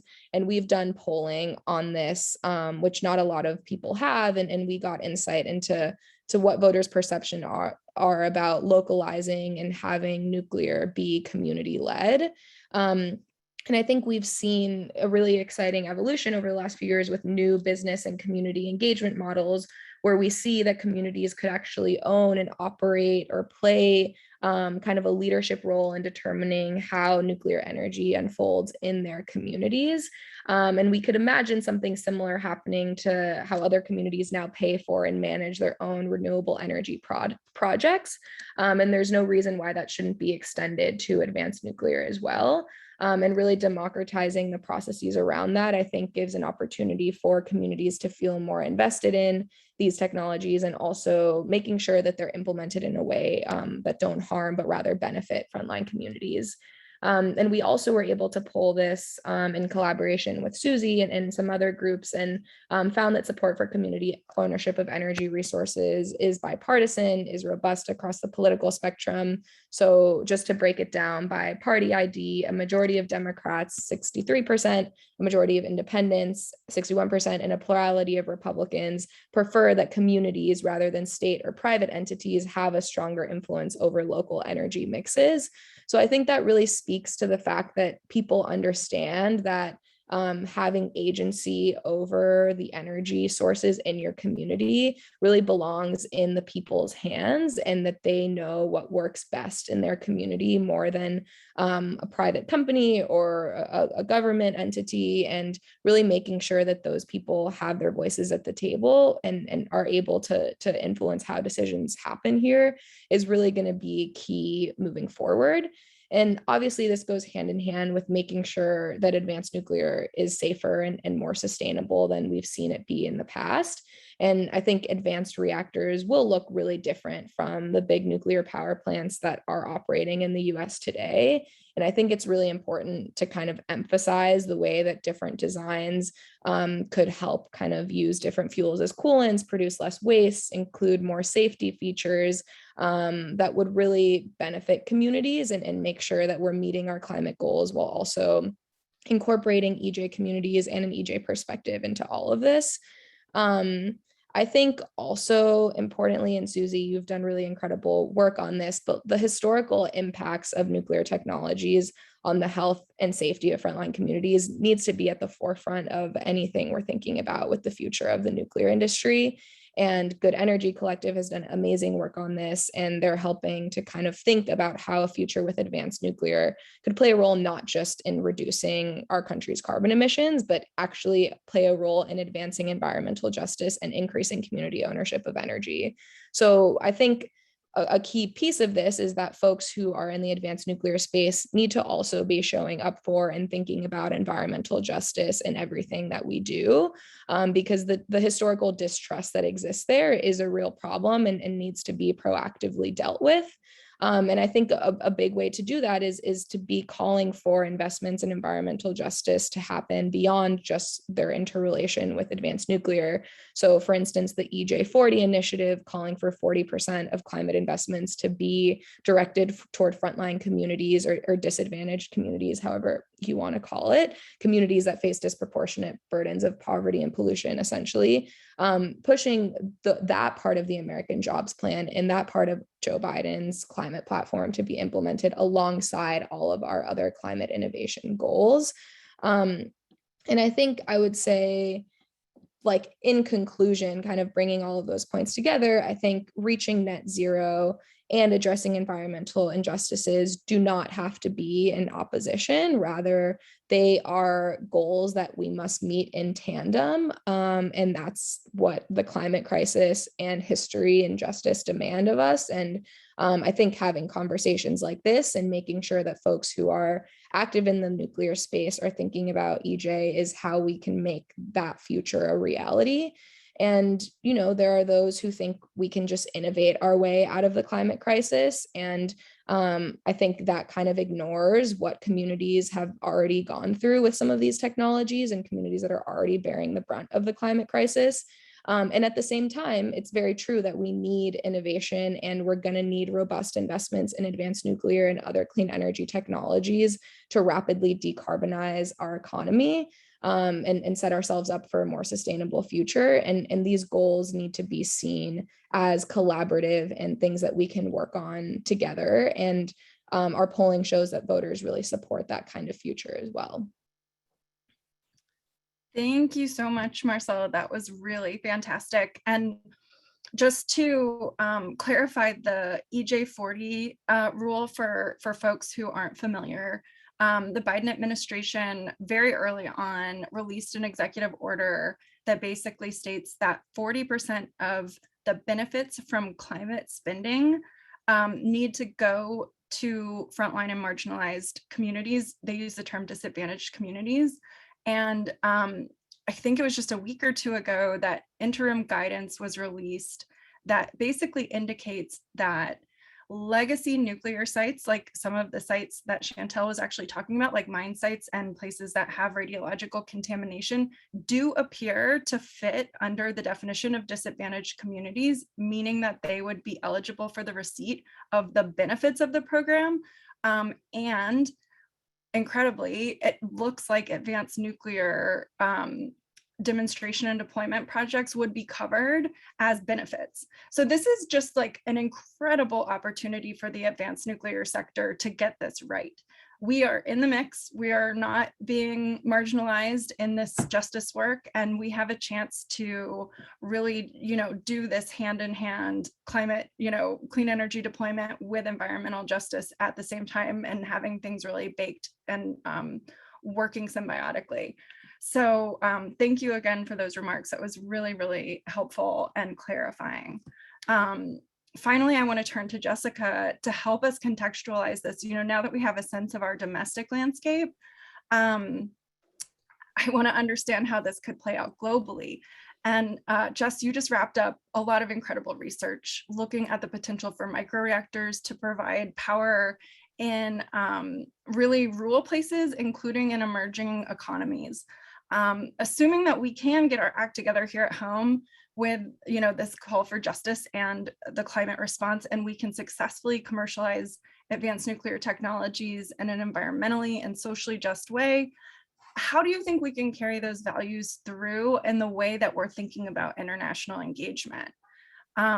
Do you think that advanced nuclear technology could be reimagined as a tool for climate diplomacy and justice? Could we really sort of see this through into the way that we do international engagement? And also, is there a security imperative here? What are we missing if we don't engage internationally? Yeah, thanks, Susie, for organizing this panel and inviting me. And as big as the challenges of decarbonizing the US electricity sector, there's going to be so much growth in electricity demand internationally that I think we all know for new nuclear technologies, for all clean energy technologies, the bulk of the market is really going to be outside the US. So I did want to start with that motivation really quickly, just to remind folks that from some work that I did with Energy for Growth Hub and the think tank's Third Way, global electricity is going to double, demand for electricity is going to double by 2050, with 90% of that coming from outside high income countries. So very different players. And what's interesting is that over 80% of the growth in electricity demand is actually going to be coming from countries that are already capable of building nuclear or will be before 2030. So there's a big market for new nuclear, and a lot of these advanced reactor developers really want to get in on that, but we want to make sure it's done equitably this time. So in the last kind of 5 to 10 years, we've seen a lot of rhetoric around competition with Russia and China for deploying nuclear in other countries, for exporting nuclear. And the reason for this is that there is a security concern, because historically the US was the main exporter, the dominant exporter of nuclear technologies, fuels, services, and they really used that role they leveraged that role to require stricter safety and security and non-proliferation standards in host countries. And so there's a concern about what happens when the US is not involved. So we've seen a lot of this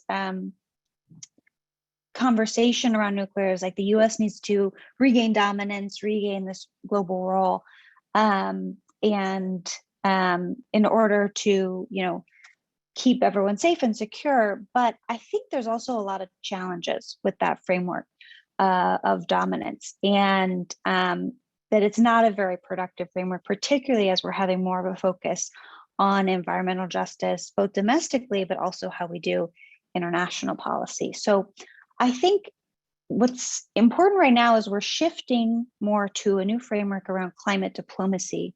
And what does that mean for nuclear, and how do we incorporate environmental justice at the international level? We're just trying to figure it out at the domestic level, but also it's a whole separate question for internationally. So I think we're still developing this, but what I'd love to see is, rather than this, we have to beat Russia and China at the export game, thinking more about mutual benefit. So we want to identify countries that want nuclear in the first place.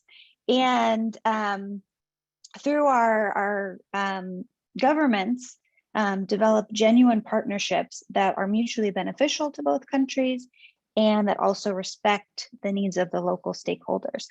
And that makes sense for people, but it's very different than how big nuclear projects were done in the past. And I think what's promising to me is that I think that advanced nuclear and innovations in nuclear can actually help with this process. So particularly moving towards smaller nuclear, SMRs, but even micro reactors, which I focused on in my research, can make it easier to export nuclear in a way that meets community needs, because you have a much smaller project, so you can actually engage with all the stakeholders, make it a genuine community involvement effort from the beginning.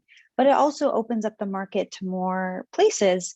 You could do things like desalination or industrial process heat, and so there's more customers available.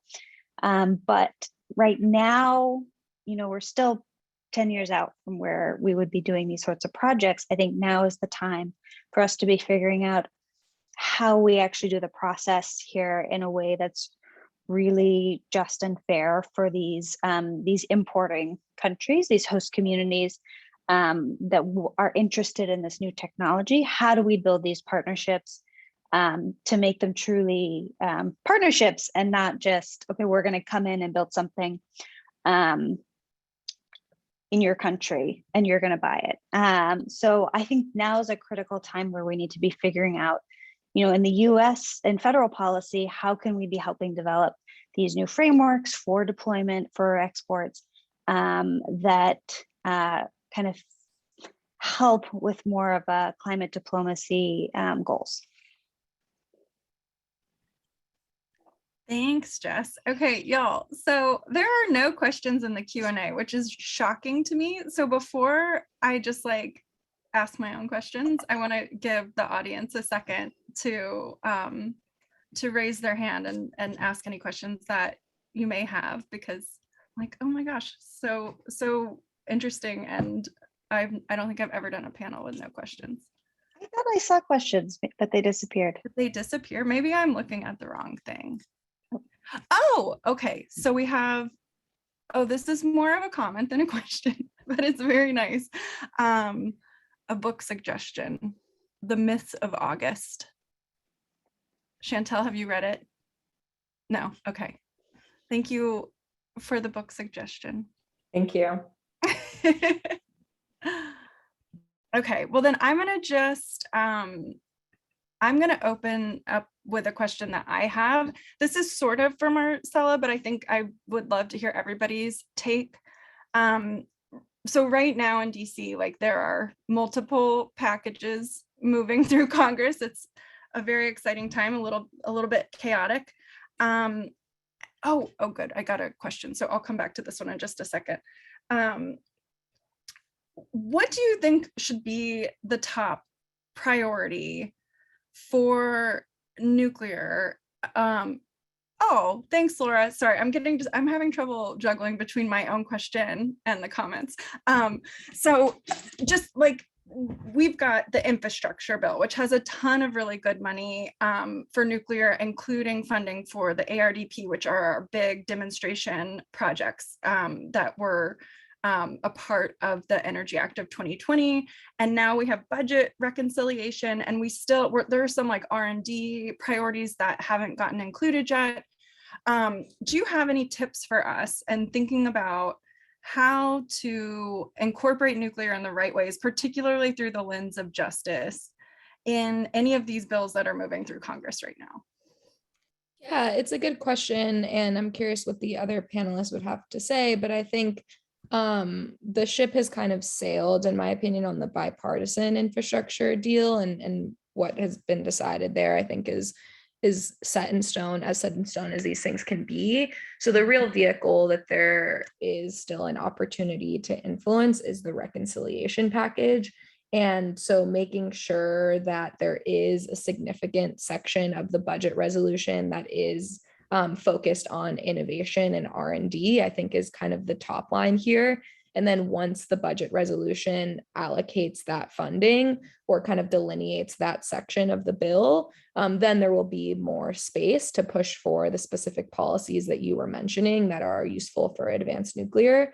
And I also would say on the polling front, we are doing polling all the time on the latest developments with the infrastructure package, which Lord knows that's every day. But we found with our new polling we actually published earlier this week that there is really significant support for Congress going beyond the bipartisan infrastructure package to still make investments in climate and clean energy. So I think that shows that there's room, political room and support for Democrats really allocating a significant amount of resources, money, attention toward clean energy innovation and climate more broadly in the reconciliation package that will follow up the bipartisan deal. So I would say focusing on the reconciliation package and first and foremost, making sure that the budget resolution text gives some sort of significant funding toward R&D, and then that will create the space to push for some of the more specific nuclear investments after that. Thank you for getting tactical with us. That was a really helpful answer. Okay, I'm going to jump around a little bit.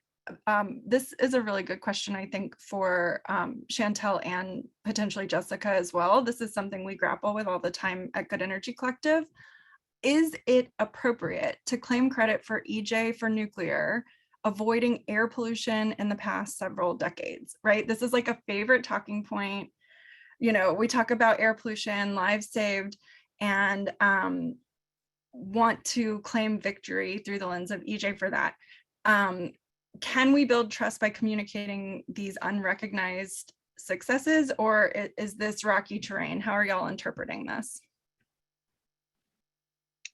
Well, I think, you know, it's good to recognize the clean air benefits of nuclear and the role they played historically. I think where we run into trouble with this is who has benefited from nuclear historically. And so claiming that it's an environmental justice win that we've had these big nuclear plants operating, and it ignores the fact of who's been benefiting from them. So I think, you know, Susie hinted at this in the introduction, but while we think of, you know, fossil fuel plants and particularly coal plants tend to be in lower income communities of color, and they're facing a lot of these terrible public health impacts.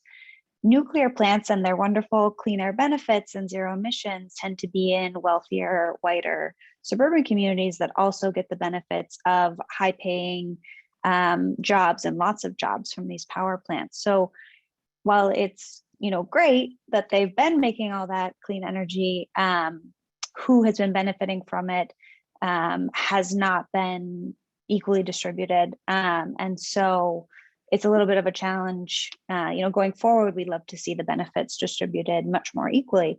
So how we do that. But so I think it is a bit of a communication challenge of how we talk about it historically. Chantel, any thoughts? Yeah, sure. I agree. I agree with what Jessica says about, you know, talking about it from a standpoint of, you know, who is benefiting from this. And yeah, you don't build trust with communities who are skeptical of you by saying, oh, yeah, but, you know, you don't talk about, you know, just like one or two wins here and there. I feel like that's dismissive of, you know, just the entire historical injustice aspect of, you know, of the nuclear fuel cycle and how things are cited and who benefits. You know, you build trust by talking about, you know, by being open and honest about, you know, the issues and not, you know, picking and choosing, just the good points. Is it fair to say that environmental justice is in and of itself a vehicle for building trust? I think so. I think so too. I think so too. I think so. And how you approach environmental justice, like just approach it, in a very straightforward, standard way, and just acknowledge reality and let's start from here and move forward. So, okay. And y'all, this is kind of crappy. We got like 100 beautiful, interesting questions, and now we're out of time. So I'm going to do my best to answer those after the session in writing. Thank you so much to all of the organizers of the boot camp this year. It has been a real challenge to put this thing together in COVID times, obviously. So kudos to you all. Thank you so much to my incredible panelists for bringing your expertise to this community. I appreciate you all so much, and thank you for your time. And with that, I think we will call it a wrap. And to the folks with outstanding questions, we will follow up with you shortly. All right. That's so Thanks, great. everyone. Thank you. thanks.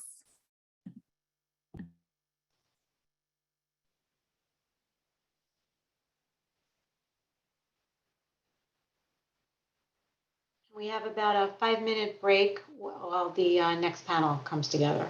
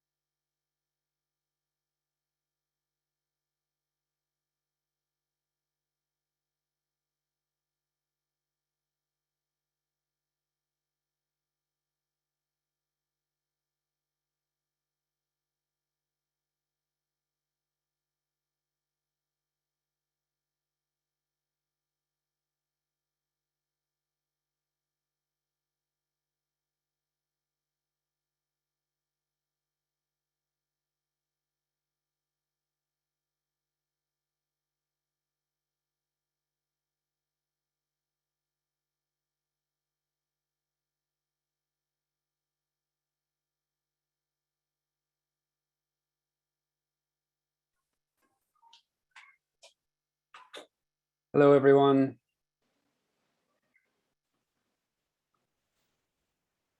All right, let's see if we can get our panelists up here. Hey, Richard. So I hope you all are having a good day, enjoying the program so far. This next panel is going to be an alumni roundtable. And the focus is going to be on really discussing the experience that some of the bootcamp alumni have had before the bootcamp, during, and after. And I'm really excited about this because I am an alumni of the bootcamp. I participated in 2018. It was hugely impactful for my own career. And I've been lucky enough to be an organizer since then. So I've helped out in 2019, 2020, helped organize this one as well. And my favorite thing by far is the end result and getting to meet the cohorts each year and the people who come, or the young people mostly, who come from all over the world really to come and participate in this. So I am disappointed that we can't be doing our normal 2-week workshop in person, but I'm excited to be seeing some familiar faces here, some new ones. And I'm excited to hear about the experience of our alumni. So I'm going to start out by introducing them. We are joined today by 3 other alumni from the past. We have someone from each class. So we have Alexia Mercier here, who is a chemist at Seaborg Technologies. She participated in the 2019 boot camp in Paris. We have Alyssa Hayes, who is currently a nuclear engineering PhD at the University of Tennessee. She's also a nuclear energy advocate, and she participated in 2017 when the boot camp was at Berkeley. And then we have Richard Pearson, who participated in 2016 and is the co-founder and chief innovator at Kyoto Engineering. So I participated in 2018, so I'm happy we have all 4 years of the in-person boot camp represented, and looking forward to having a 2022 group starting next year. So I'm going to go around. I want to just, we'll go down the list. We'll start with Alexia, then Alyssa, then Richard. And I just want to know, how did you learn about the boot camp in the first place, and what motivated you to apply? I was doing research in an American lab, and one of the professors shared an email with the research group, and I was not supposed to be part of that group, but I saw the email and I saw that, oh, it's happening at home right at the time where I'm finishing my master's degree, and it's focused on entrepreneurship, innovation, so why the hell not? And yeah, I just applied. I got very involved when I was an undergrad with my American Nuclear Society chapter and my Women in Nuclear chapter. And there were some members of those groups that had been in the very first boot camp. I believe one of them was Aries Loomis. And so by connecting with my peers and making sure that I was staying involved with the extracurricular but academically professional groups on campus, I was able to hear about a lot of opportunities. And then I was also able to garner support from my department to attend this boot camp. And when I say support, I mean financial support too. And so making sure that you have as good of a network as you can at your home institution is going to help you to expand your network outward in many other ways. Hi, can you hear me? Okay, yeah, my response to the question is really, we're going way back now. I was part of the ICO CDT, which was a British Centre for Doctoral Training, which is like a consortium of universities. And thankfully, they had a pot of money that was basically available for kind of extracurricular and or rather supercurricular activities, which, as Alyssa was saying as well, you need that to go really to begin with, especially if you're coming from across the Atlantic like I did. But sort of the reason I personally applied was, my research actually back then, it shifted direction to start looking at innovation and strategy. So I really got interested in commercialization, and that was what this boot camp was going to be about. And on a more personal note, as it's a little embarrassing, I never really won anything before. I never really felt like part of a community. I love sports, but I'm terrible at it. And this really looked like, when I read the brief, it really looked like something that was my calling. So I thought, well, I better apply to this thing. And lo and behold, got a place. And then, yeah, it was a fantastic couple of weeks. Awesome. Yeah, that's very similar to the experience I had as well. I was thinking this is a pretty amazing community, and it's nice to be able to spend 2 weeks with each other. And it's always fun because for those alumni who are listening, and you probably get a lot of emails from me, and I'm always trying to pass on opportunities or news to try and, you know, keep us close. And it's fun to get responses and hear what everyone's doing, because sometimes we'll get volunteers from past years to help out with random projects here and there or tasks and things. And it's always fun to hear what they've been doing since the boot camp. So that's kind of my next question is, we'll go in the same order again, is what about, I mean, what qualities of the boot camp in your experience there would you say made it different from other similar types of conferences? I think there's a lot of professional development out there, and I know that there are some of our own personal goals that we as organizers have when we're programming and putting together these webinars and things. But I'm curious, from your own personal experience, what made the experience different or unique? So I cannot really compare because I only attended once. It was like a sniper shot. It was the right one.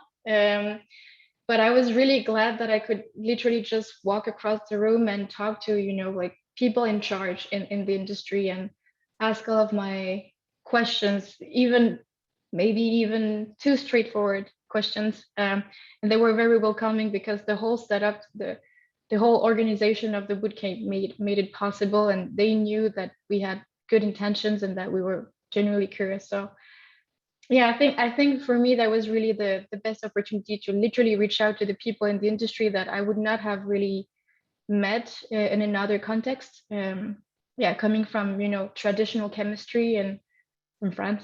So that was really nice. Kind of to add on to that, I have been to several other nuclear related conferences. And the biggest difference with the boot camp is that it is so much more involved. It is so much more focused on the participants, not just in that, you know, there's not a whole lot of like, oh, sit in the back of someone's talk and then just like, if you're not that interested in it, or everything is catered towards, you know, what it is you want to get out of it. And the connection that you make with the mentors and with the presenters runs so much deeper than at a conference where maybe you just get like 5 minutes to talk to them at a social. Whereas like now you're so much more targeted in terms of like the spotlight is on you, versus at a conference you have to like put in way more effort to like make a name for yourself. So that really impacted my network. I feel like a lot of the time when people are like, how do you know this person? Or like, why do you know them? It's either through my nuclear advocacy, or a long time ago, I met them at this boot camp. And so even though the project that I was a part of did not end up taking off or becoming its own company, it was still excellent for my personal career development. Yeah, I'm just going to hit retweet on what the other two have already said. I mean, yeah, I think much for me, I'd attended kind of courses and lectures before, but they were kind of come and listen to me and tell me let me tell you what I've done and do this and you'll be a successful innovator or whatever. And what the bootcamp really offered was that kind of interactive experience where alongside your compatriots, you are the focus of the program. I definitely think having the people there, you know, in front of you that you can go and speak to, and often in social environments as well over a beer or a glass of wine, makes it a lot easier to kind of engage. And you know, just to mention a few people in case I forget, that's genuinely changed the way I look at certain things. Susie Baker, who was the host from the previous session, she may not realize it has a massive impact on me and my personal development. Cannon Bryan kind of gave me a huge amount of confidence, has always sort of supported me in what I've been doing since then, and I've made so many friends as well. So I think one of the big things, as the other two have kind of indicated, is what happens afterwards as well. You remain part of that network forever, and of course that network grows. Obviously, it would have been nice to see everyone in person this year, but you know, I've made friends for life, and that's really important. Yeah, 100%. And I have to say personally, I mean, I'm still very connected with the bootcamp. I'm an organizer. I've made a lot of friends in the process as well, but it's also been helpful professionally for me. It, you know, I was enjoying Christine's quotes of Rachel at the beginning because Rachel is a legend, and she was incredibly helpful, even though she was balancing 2 or 3 jobs. I think it was 2 during the boot camp, maybe 3 if you add the boot camp on top of that, and still managed to connect me with the people who I still work for now. And so I'm curious, again, from you all, what this has meant professionally for you, your experience, and what type of work you're doing now, and how the boot camp may or may not have helped to facilitate or accelerate that in some way. That's a good thing I'm starting then. I literally got my job thanks to the bootcamp, I would say. This is where I met the CEO of the current company I'm working for. And, it was just, they were very nice. They stayed after, as Richard was saying, like, it's also the stuff that happens after the bootcamp. And after the official schedule, the panelists, they stayed around, and I went to the CEO and I asked him all the technical questions I wanted to ask, and all the questions regarding, how you run a startup, what are the challenges, what are the skills your team is missing. And it paid off. And a couple of weeks after, they reached back to me and they said, you know what, we have a job opening. And here I am now. I'm working for them. And yeah, I don't know. Did you ask what I was doing exactly? Do I need to describe it? Yes? Yeah. No? Yeah. You have a cool job. You have a Okay. cool job. Yeah, I have a cool job. I'm working in their chemistry team, and we built the lab from the ground up. And it was, it's right in the line of the innovation bootcamp. Like when I arrived at the startup, there was no lab, and we had to be creative in how you build a lab with limited means, and then suddenly you have a lot of means. So how do you push the boundaries of science, even though you don't have like a whole university, organization behind you? I think that's where the bootcamp took me. That was the perfect, experience for that. I think most people who come into the boot camp come from some kind of specialization, right? Either you're like nuclear engineering, maybe some people are business, etc. And one of the things that I think is so special at the boot camp is how much it expands your knowledge and your perspectives on what the nuclear industry is, because it's not just nuclear engineering. It's not just the marketing and the business side. It's a culmination of all of those things. And so for me personally, when I'm done with my PhD, I've found that I don't want to continue doing like technical research. I personally want to switch to working on the policy side of things. And so having that broad, expansive insight into what the nuclear industry and the future of the nuclear industry is going to look like has been nothing but beneficial for that career goal. Because obviously, like, knowing just engineering is not going to be helpful for me if I want to work in politics. So that's how this is going to impact my career. In a word, how did it impact it? Massively. I think I could probably trace back to boot camp for the way I launched my career. I think fundamentally the reason that is similar to Alyssa and Alexia here is I'm a systems thinker. I'm a dot connector. My research ended up being exactly that. And actually, as I sort of hinted at earlier, when I attended boot camp, my research had started to look at the problem of problems. So, I started to look at system problems in fusion and work out not the engineering problems necessarily, but some of the more linking the commercial to the technical challenges. So looking at economics, looking at politics, looking at the social problems and trying to merge them all together. How does this thing fit? I basically realized from bootcamp that is a skill in itself as well. And I sort of had friends that were doing really technical PhDs and absolutely like hugely important, but that just wasn't for me. And really, I sort of realized actually I am where I am today because the bootcamp was one of the things that enabled me to say, actually, that's a good thing. It's a good skill that you can sort of hone. So in 2019, alongside an established businessman in Japan and a renowned fusion engineering professor, I launched a company called Kyoto Engineering. We're a technology company focused on developing reactor components and systems for the sort of growing fusion industry. We are growing quite quickly and we're doing quite well, so I'm very happy. My role is quite literally sitting at the intersection of technology and business. So I'm doing exactly the kind of things that we learned at the boot camp. My title is actually Chief Innovator. So I think the fact that I've got that term innovator in my title probably says all you need to know that's had an impact on my career. Yeah, you know, I think the only other thing to mention here, it's probably worth saying again, so specific people at the bootcamp is a friend of mine, Andres Alvarez, who was also 2016 alum. I don't know if he's on the call, but he actually linked me with an opening and a sort of opportunity at Clean Air Task Force with Ashley Finan. I emailed Ashley about a year after, no, about 6 months after the bootcamp ended and say, hey, I'm interested in fusion. I've been doing fusion policy and strategy kind of stuff. And then, you know, I met with her in Boston and I started working with Clean Air Task Force. I'm now their lead expert on fusion technology as a consultant. So that was another direct result of me networking and speaking to people at bootcamp. So yeah, you know, I could go on all day about how many different webs I'm part of now. Yeah, that's excellent. I'm in that web too. I got a job with Ashley thanks to the bootcamp, so I'm a big fan as well. So I'll say one thing, and I'm going to go on to the next question, which is if people have questions for the panelists, please drop them in the Q&A box. If you have questions about the application process and the experience, kind of more specifically, we have another module at the end, so later in the day, after the main program, that's going to be kind of just a very relaxed open floor style Q&A where you can come in and speak to some of the alumni.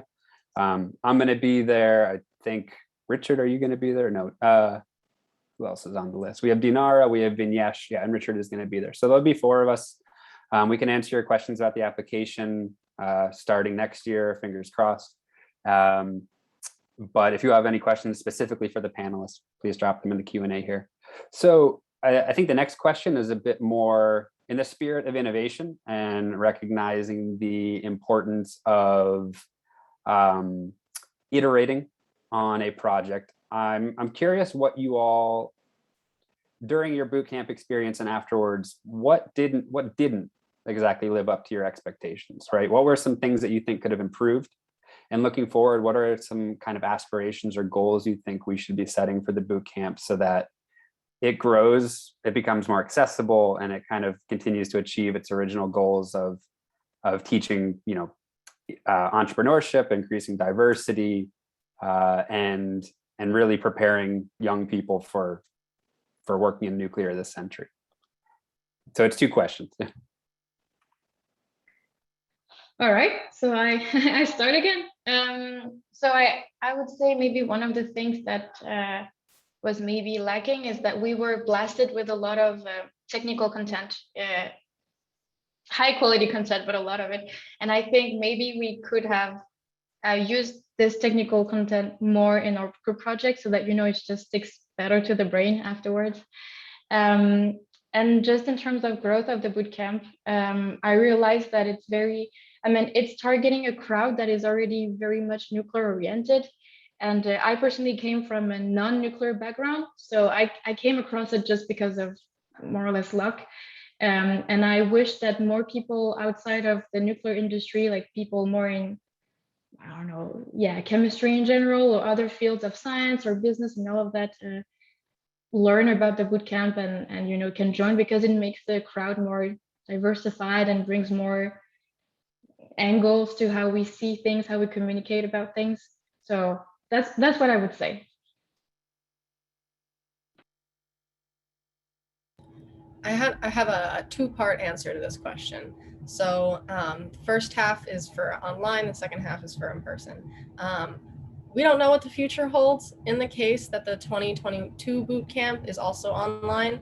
My number 1 suggestion would be to have some kind of way to replace that like in between passage time that you have in person. So like when a session is over and like, yeah, there was technically a Q&A part in the session, but people that just want to like, you know, introduce themselves and like try to start to build like the foundation of a network with whoever was speaking, like in the hallway or when people are like getting their coffee. Those conversations are what really bring a conference together and what make a lot of the conference worth going to. My advisor has said for our research group, you know, I don't think that online conferences are even close to the value that they do when they're in person because of those little things. You know, and it also can make a conference more engaging for each attendee. So to have something that kind of replaces that, because like I have no idea how I would connect with any of the participants this year, any of the attendees, I have no way of doing that. I'm just a voice talking to you on the screen. The second half of my suggestions relate to like the in-person boot camp as we know and love. And coming from a background, or I guess a financially disadvantaged background when I was an undergrad, I suppose, I guess I'm partially lucky, partially it's, you know, of my own innovation to have, when I knew I wanted to attend the boot camp, and I knew what the cost to attend the boot camp was, and it's honestly not that much considering, you know, the fact that it's 2 weeks in San Francisco and they provide housing and food. I drafted my own proposal that I emailed to my department, and I was like, can you just give me this money? Also, can you pay for my flights? And they took the letter, they had a meeting with me. I was like a sophomore, so I was not very well established in my department. And they were like, yes, we will give you this money. I had to explain what I was going to get out of the boot camp, why I wanted to go, why this was going to benefit the school and me academically. And so I think that if the boot camp gave more advice to students that maybe wouldn't think to do that, because there are probably tons of students that were like, oh wow, this seems really cool, but it also seems really expensive and I'm poor and broke. And more often than not, a lot of your students of color are going to be in that position. And so if equitable admission is something that the boot camp is wanting to move towards, having guidelines about requesting funding or getting fee waivers or ways in which students can get on a plane without going broke. Those are some things that I would seriously sit down and have conversations about. Yeah, I mean, again, I agree with everything that's been said already. I think one thing I would say is that the boot camp was by far the most diverse event I've ever been to in my life.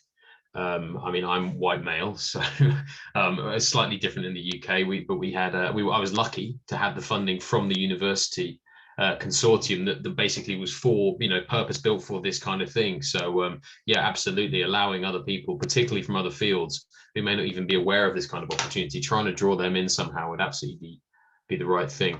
I think in terms of, you know, what I would do to improve it, I mean, honestly, I can't fault it. Maybe I'm living life with rose-tinted spectacles here, but I think what I would say is the boot camp needs to carry on being fun, retaining that funness of it as well. You know, it didn't feel like class for 2 weeks. It didn't feel like hard work. There was hard work in there, don't get me wrong, but it felt everything I did, I enjoyed. There was no session I went to and I thought, oh, I can't be bothered with this. You know, it was all, apart from the jet lag one day was particularly bad, but that's me specific. So I think, you know, going a step further, the memories that what I say about retaining the funness is the memories I have are like the course focused memories and then the extracurricular focused memories. Like, you know, you have one session where you have a panel of experts and they speak to you about something to do with innovation. We had various talks from various people at the NRC. We had people from the United States government coming in, those kind of things. And that was sandwiched in between like pizza on the roof and, you know, doing team building exercises. And those are the things, those like sandwiching everything like that made it interesting. And of course, we went down to a bar down I can't remember what it was called now, but that was fun when I was awake enough to do it. Yeah, to put a finer point on it, I think sometimes good programs become so established that they can become quite rigid and they lose that little bit that makes them special. So, and the same is true for startups as well, obviously, as things grow and get bigger, they have to become more corporate, as it were. The bootcamp's pretty unique, and I think it should stay that way. So yeah, that's my comment. Incredible. Thank you, three. So we have one question from the crowd, and they ask, the boot camp was seen as novel at the time because it looked at nuclear much more broadly than the typical technical education. How do we make the boot camp ideals part of how we educate broadly?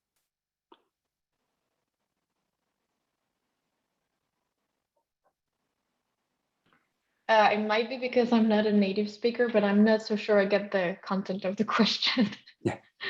Yeah, it's a little vague, but I think my understanding, I think they're asking of, you know, how do we make sure that the experience in the boot camp and the things we talk about that they become adopted in other schools or other educational spaces, right? So that, maybe in nuclear engineering programs or engineering programs or climate programs, we are setting similar goals and doing similar activities in order to have a similar experience. That's my interpretation. Okay, I'll try and take this one. I think the way fundamentally, it's a policy question. So River, it's up to you to write some reports and speak to the right people in the right places to kind of show what the benefits of this are. And I guess really you need to publicize, well, not that you don't already. I know that Bootcamp does a whole load of stuff on social media, but sort of basically speak to the right people and show them the value of the Bootcamp. Certainly, master's level programs, PhD programs, slightly different story, but master's level programs could certainly benefit from this type of education. I would love to see more of these type of boot camps popping up around the world, and not just in nuclear as well. We could have, fusion boot camp. I know fusion is nuclear, but you know what I mean. You could have different focus points for this. Yeah, it's a really good question. Basically, it comes down to how you can show the value of the boot camp to really say, hang on, this should really be a part of the curriculum. And as I sort of hinted at earlier, a lot of the kind of courses that you do are quite rigid, here you go, learn this, and then good luck to you. This is, the bootcamp is so much more interactive. It instills that belief to yourself that you can do something different, whether that's in a kind of conventional job, as you'd call it, or whether it's launching a startup. You're going to be changed as a result of this bootcamp in the way your mindset is, I think. I think at the curricular level, a lot of undergraduate nuclear engineering degrees in particular and just engineering degrees, not even nuclear ones, are very jam-packed in terms of all of the technical content that you need to exit your bachelor's degree with. And for good reason, but at the same time, sometimes with those courses that you do get a say in all right, you have to take X amount of free credit hours, but they have to count towards your degree, or they have to be relevant to your concentration in some way. For departments to start allowing more flexibility in what that means. So perhaps for technical content, if someone wanted to take an economic analysis course, I see no reason why that shouldn't count towards an engineering degree, because it is that does become an integral part of what the industry is when they're done with school. So I had this conversation with my PhD advisor, and for a majority of the rest of the coursework that I still have left to complete, I will be allowed to take courses like economic analysis of public policy, et cetera. And so I think if there was more, not just flexibility in when a student asks, but upfront information about, okay, so you have these courses left to take, and you can take adding the business classes, adding the health safety classes, adding the marketing classes to that list of things that are recommended to students as well, could help expand their viewpoint in a similar way that the boot camp did for the small number of us that do get to attend. Excellent. So we have 0 minutes left, but I want to do one final last question. And I want a response from each of you with less than 10 words about why you're excited or optimistic to continue in the advanced nuclear sector. We'll go in the same order as before. Science and future. Yeah. Pushing the people in power to make the right choices. In fusion, the state of play now is massively changed. The next 10 years are going to be really exciting. Sorry, more than 10 words. That's perfect. Thank you all for your time. I look forward to hopefully seeing you all in person sometime soon. And I'm going to hand it over to Rachel now, who has got a panel on advanced reactors as clean tech.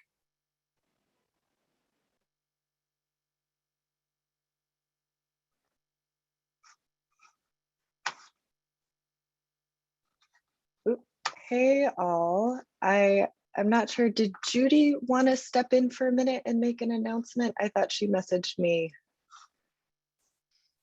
No, I'll do the end after the end of yours. Got it. Okay. misunderstanding. So welcome. I'm gonna just briefly introduce myself and give a few minutes to each panelist to introduce themselves. I'll have a few questions and then we'll take questions from Q&A. So I'm Rachel Slaybaugh. I'm a nuclear engineering professor at UC Berkeley. I'm also a division director at Lawrence Berkeley National Lab, where I run the cyclotron road division. We take early stage hard tech companies and support them as they develop their tech and become entrepreneurs. And it's just been a delight to stay engaged in the system. I've been involved in the bootcamp for a long time. So I'd like each of our panelists to just take a few minutes to introduce themselves, what they work on, and their view of nuclear's role in the clean tech system. So let's go with the order you are on my screen. So Ed, you're up first. Hi there, thank you for having me. I apologize, I'm on site right now, so I have to wear my mask. So hopefully I am clear and you can hear me. Is this clear enough, Rachel? Good, all right, awesome. Yes, and we are grateful that you are being a good citizen. No, it's my pleasure, and this is a terrific, certainly boot camp, and it's always a pleasure to be able to participate. So my name is Ed Blanford. I'm a co-founder and CTO of Kairos Power. We're located predominantly here in the Bay Area. I think not too far away from where a number of folks would be hanging out if we were post-COVID, but unfortunately we're not. My background from an engineering standpoint is I started off actually in industry, working at the Electric Power Research Institute, working on all sorts of fun, practical LWR issues, and recognized that there was a lot of opportunity to do nuclear differently and to take advantage of different types of technology attributes, and got really excited about going back to school and had a chance to go back actually to UC Berkeley, where Rachel is, and work with one of my co-founders, Per Peterson, and work on a new type of technology. But then had a chance to go off and pursue more policy-oriented questions. So I worked at Stanford University at CSAC as a postdoc and decided I really missed a lot of the engineering and went back and actually went to the University of New Mexico to be a assistant professor in the nuclear engineering department. Really excited about setting up a research program. Working in academia was an exciting place for me because a lot of the things I get to do right now, I was afforded to be able to do, but just in a smaller setting at the university. And so I had a chance to go on and co-found Kairos Power with two of my other co-founders, Per and Mike Loffer, who's our CEO. It was a great opportunity, one that was hard to give up because I was ready to go off and be a tenured faculty member and go do lots of fun research, but it was an opportunity I really couldn't pass up. And so excited to join the group. I don't know if that's, Rachel, what you were looking for, but in the context of clean tech, I do certainly feel nuclear has a very unique, and in this case, fission, for what we're trying to do, has a very unique role in meeting some of those clean tech targets. And I think it's a community, the clean tech community. Historically, it's been a challenge to actually get nuclear better integrated into that conversation. So I'm excited to be a part of this panel, and thanks for having me. Thanks so much, Ed. Keely, you're next on my screen. Can you hear me well? Thumbs up, Rachel, or yes, perfect. Hi, everyone. I'm likewise super happy to be here. My name is Keely Anson. I lead the investment and grant making practice at insight.org. We are a very unique rare bird. I call it a hybrid organization. We have a venture fund, we have a foundation, and we also have a political giving vehicle. So we are very sector agnostic, but the lion's share of our work is within the climate space. We are very stage specific. So we make early stage investments in companies that are pre-seed to Series A. We also make early stage grants to organizations, new nonprofits that are looking for their first few anchor donors. And on the policy side, we like to back emerging leaders that are running for office for the very first time. So that's sort of the lens with which we look through the world. We have about 55 companies in our portfolio. We support about 20 different nonprofits. I have the great pleasure of interacting with all of our executive directors and founders that lead those organizations. I also have the great privilege of talking to founders and executive directors that are seeking capital. As I mentioned, we think this makes a lot of sense within climate because sometimes you need to invest in technology innovation. Sometimes you need to support basic research and science. And sometimes you need to elect leaders that have really robust climate agendas. So for us and for me personally, I'm really excited about nuclear as an opportunity. We take a very portfolio approach to clean tech solutions. And so we like to think of it as 80 frontier and about 20% evergreen. So within the frontier category, that's where I would sort of put nuclear, even though it's not a new technology, it's emergent as it relates to clean technology. And yeah, that's kind of my backstory, and so happy to be here and participate. Thanks so much, Keely. Great to have all of you, frankly. This is an excellent panel. And Doug, you're up next. All right, thank you. I'm Doug Bernauer, CEO and founder at Radiant. We're working on portable microreactors. I spent about 12 years at SpaceX prior to starting this company. The reason I switched industries and got interested in nuclear was really a cascade of events. I worked on a bunch of different really cool programs doing fast development projects at SpaceX. I was one of a few people who met at Elon's desk to build the Grasshopper vehicle over a period of just 1 year, going from a blank sheet of paper to a FAA approved flight for the first vehicle with legs. So some pretty exciting stuff. But we worked on some Mars studies and trying to understand how you could deploy power to those really far and remote locations.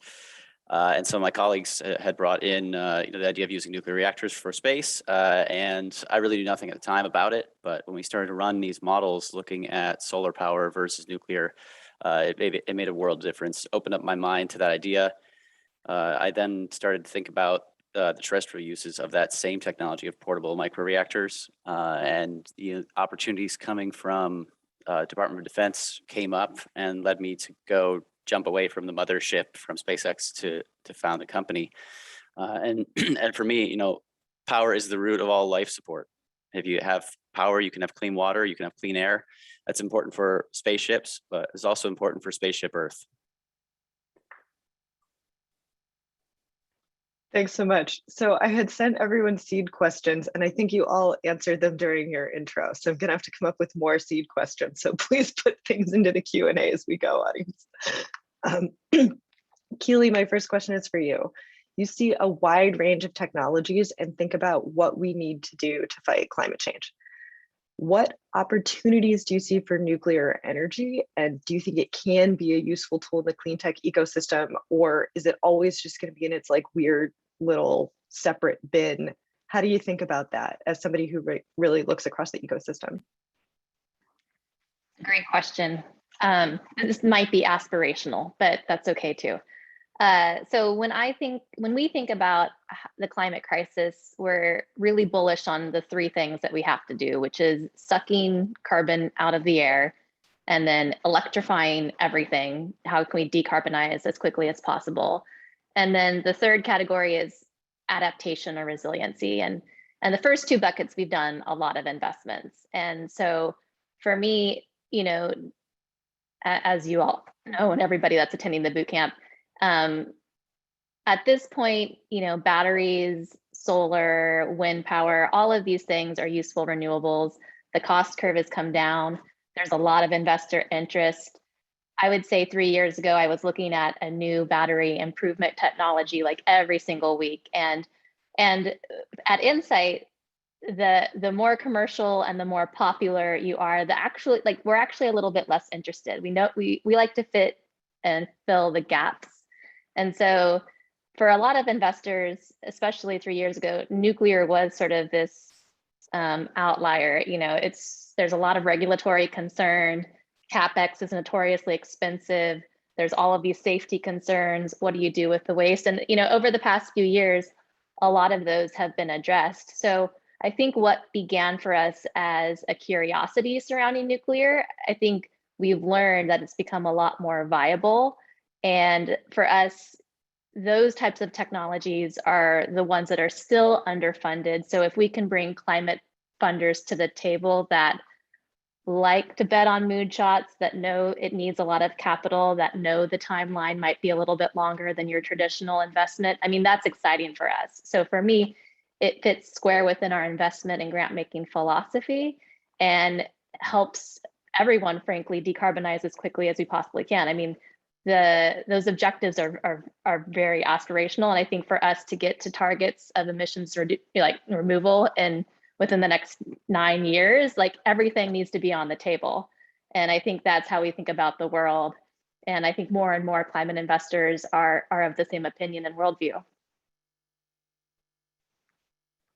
Yeah, that makes sense, and I think it's very well framed. And a question I want to come back to, but I'll say it now so you can think about it a little bit, is how do we get that message out that this technology, maybe it is viable when people don't think that it is?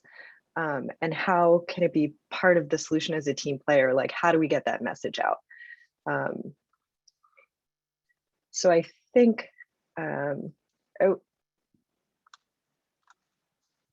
Doug has a slide to share.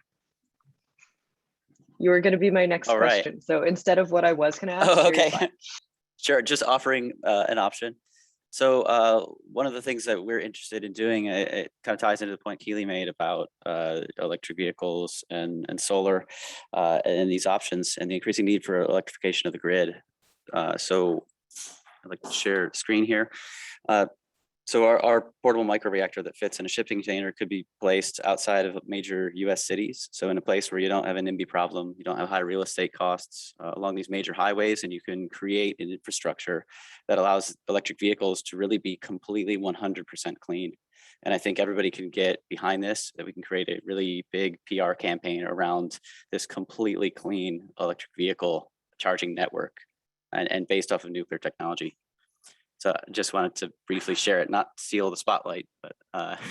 Yeah, you were going to be my next question, but it's a really helpful, I think, illustration of this idea of how nuclear integrates into the clean tech system, that it's not just sort of this standalone monolith, but it really is complementary to the other things that we need to do. Yeah, and we consider hydrogen vehicles here too as well. So one of these systems would be able to do about 10 cars simultaneously, but because that is intermittent, you don't know how many cars will be at a charging station, and you need some other load. And so we think about, a container for hydrogen production and basically charging, both hydrogen powered vehicles and electric vehicles at these stations. Cool. So that is really helping to answer how is Radiant thinking about integrating into the larger clean tech ecosystem. And Ed, since you already talked about kind of like why you joined Kairos and co-founded Kairos, how is Kairos thinking about doing the same kind of integration with the clean tech ecosystem? So I think we have a slightly different, maybe not perspective, but where we're really focused right now is in really producing low-cost nuclear heat. There's a lot of ideation in nuclear, a lot of great applications, a lot of places to put nuclear technology to really be disruptive and really address sort of a broader set of clean tech goals. But right now, we believe very strongly that nuclear has a well-deserved bad reputation for delivering on cost. And it's really proving the capability to actually deliver and hit aggressive cost targets is really the problem that we're most focused on. And that's, as a company, we believe there are sort of 4 certainties that you need to work through to get cost certainty, especially as you start to look at new technologies. Technical certainty, will it work? Regulatory certainty, can you get it licensed? Supply chain certainty. So you've got the supply chain for sort of conventional LWRs has atrophied quite a bit. A lot of these new technologies have new needs. Expecting vendors to come up and give you what you need and when you want it is just not, it's a non-starter. And so what does that look like from a vertical integration standpoint? And then last but not least, perhaps most importantly, can you build it? So construction certainty. So we're really working to address a lot of those questions in parallel, and we believe it's a combination of all 4 of those that gives us that cost certainty. And that's really where, as a company, we're focusing on our attention. And if you can deliver low-cost nuclear heat, your ability to really integrate into the grid in a lot of different applications becomes more plausible. It becomes, I think, more credible. Until then, unfortunately, there's a lot of, it's just really, that's where, as a company, we're focusing our attention, if that makes sense. It does. And one thing I should mention is that Doug's reactor design is a very small reactor that's really set up to be very distributed. And Ed's reactor is a larger reactor that's a little bit more of a traditional installation size, though not quite as big. So they have, because of the different sizes, they can really think about addressing applications differently. And something I think that's really great about the advanced reactor community is that there are these different sizes and different applications so that we can really fill in a lot of these niche spaces to be complementary. One just quick, we're actually working on a very small test reactor right now. So I just want to clarify, our commercial design is larger scale, but we're working to a much smaller technology right now. Right. I had one interesting note. I think they actually integrate together potentially too. If you think about, especially class 1 e-power, the power required to keep a reactor safe during an accident scenario, to keep cooling going, you could actually use a micro reactor to keep a grid scale or SMR size reactor cool, which I think we haven't even talked about as a community. So that would be pretty interesting to push forward on. I love that. So I'm going to ask the question I sort of previewed before. So how do we get the message out? How do we integrate both with investors and other folks in the clean tech community to help convey, like, nuclear is doing things differently. There are all these flexible options. We really are focusing on cost in a different way and solving some of these problems. Like, how do we help do that? And maybe Keely, how did you start changing your mind? And Ed and Doug, like, what have you found is working? Well, to me, there's like a myriad of stakeholders that we need to communicate to this to. So we became a little bit more curious so we do a lot of grass tops engagement. So we talk to a lot of lawmakers and policymakers within the clean tech space or the low carbon economy space. And so for us in these conversations, we had learned that not only the right, but the left were sort of understanding that this is a tool in their toolkit when it comes to achieving zero emissions. So once we began to understand that the political landscape was really open to this idea, we sort of became more convicted ourselves. And then it was like, okay, well, what did we do during Clean Tech 1.0 when we didn't understand the technology? Like, we leaned on scientists who knew a lot more than us to help us validate and research. So for us, it was a combination of like, what is the regulatory landscape looking like? Are more people coming to the table? And then how can we get smarter in an area that we candidly do not have deep expertise? Like consumer hardware, we got that. SaaS, we got that.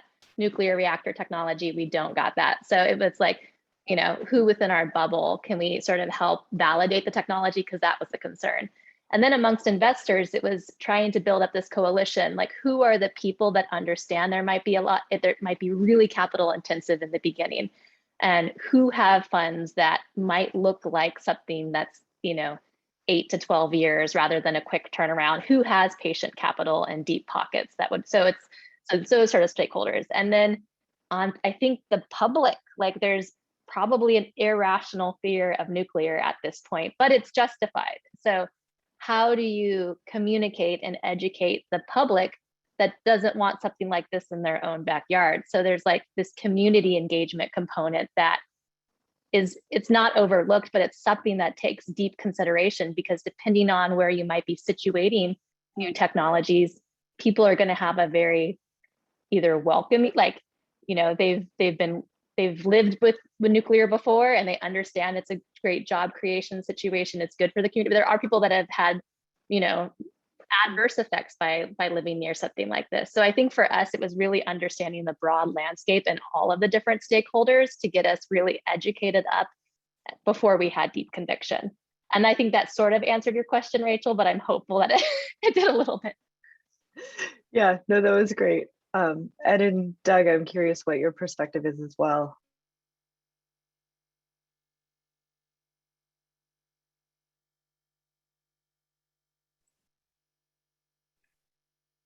And maybe it's what are you saying when you're out there engaging with funders in the community and stakeholders? Yeah, thank you for the prompt. I think what I've found is that my imagination about where public policy would be on nuclear was very far off from where it actually is. Once I started engaging with people, In talking with fellow engineers, I found that they're much more strongly supportive of nuclear, and engineers that are outside the nuclear industry, I mean, much more supportive. And actually, I feel that there's a big push from aerospace companies to climate now, and a huge sort of exodus of people now coming to work in a different place, which I didn't expect to be the case. And it's sort of naturally occurring. And with investors, I've also found that it seems like they're much more interested in pushing climate change and pushing nuclear technology in particular to help that. And we've just found huge amounts of support, more than we can effectively manage right now, which is exciting. But it's really, really good. It's what I found. Yeah, I think I won't be much help here as a CTO. They keep me away from the potential investors and future funders. But I do think I would agree with what Doug is saying. Generally, there's a litany of concerns that generally get brought up that are not unique to this group. They pertain to the waste challenges. They pertain to costs, but it's not a uniform position, I would say, from a number of different investors that we've chatted with, where there's sort of one singular theme. Everyone seems to have a different perspective on where nuclear has struggled. I think generally there's a broad adaptation that nuclear is clean. It can really address anthropogenic releases. It can really tackle some of the key climate change challenges that we're worried about. I think that position is, well, I would say pretty well solidified, especially amongst generally green investors and people that are really trying to make a difference. I think the understanding of the challenges where nuclear has failed and the options, I think I've just personally seen there's a lot of disparate opinions about what the worries are and what the concerns are. And in general, they're all legitimate, but it's not a common theme that comes out when you talk to folks. It really can run the full gambit from the different types of issues that we all know nuclear has tried to work through, if that makes sense. It does. And a related question, has fundraising gotten easier in the last couple of years as more people are interested in climate tech? And I know the funds getting created specifically for climate tech, like the rate of that has just been astronomical, but mostly that's been happening, like this year is just like crazy. So has that affected anything?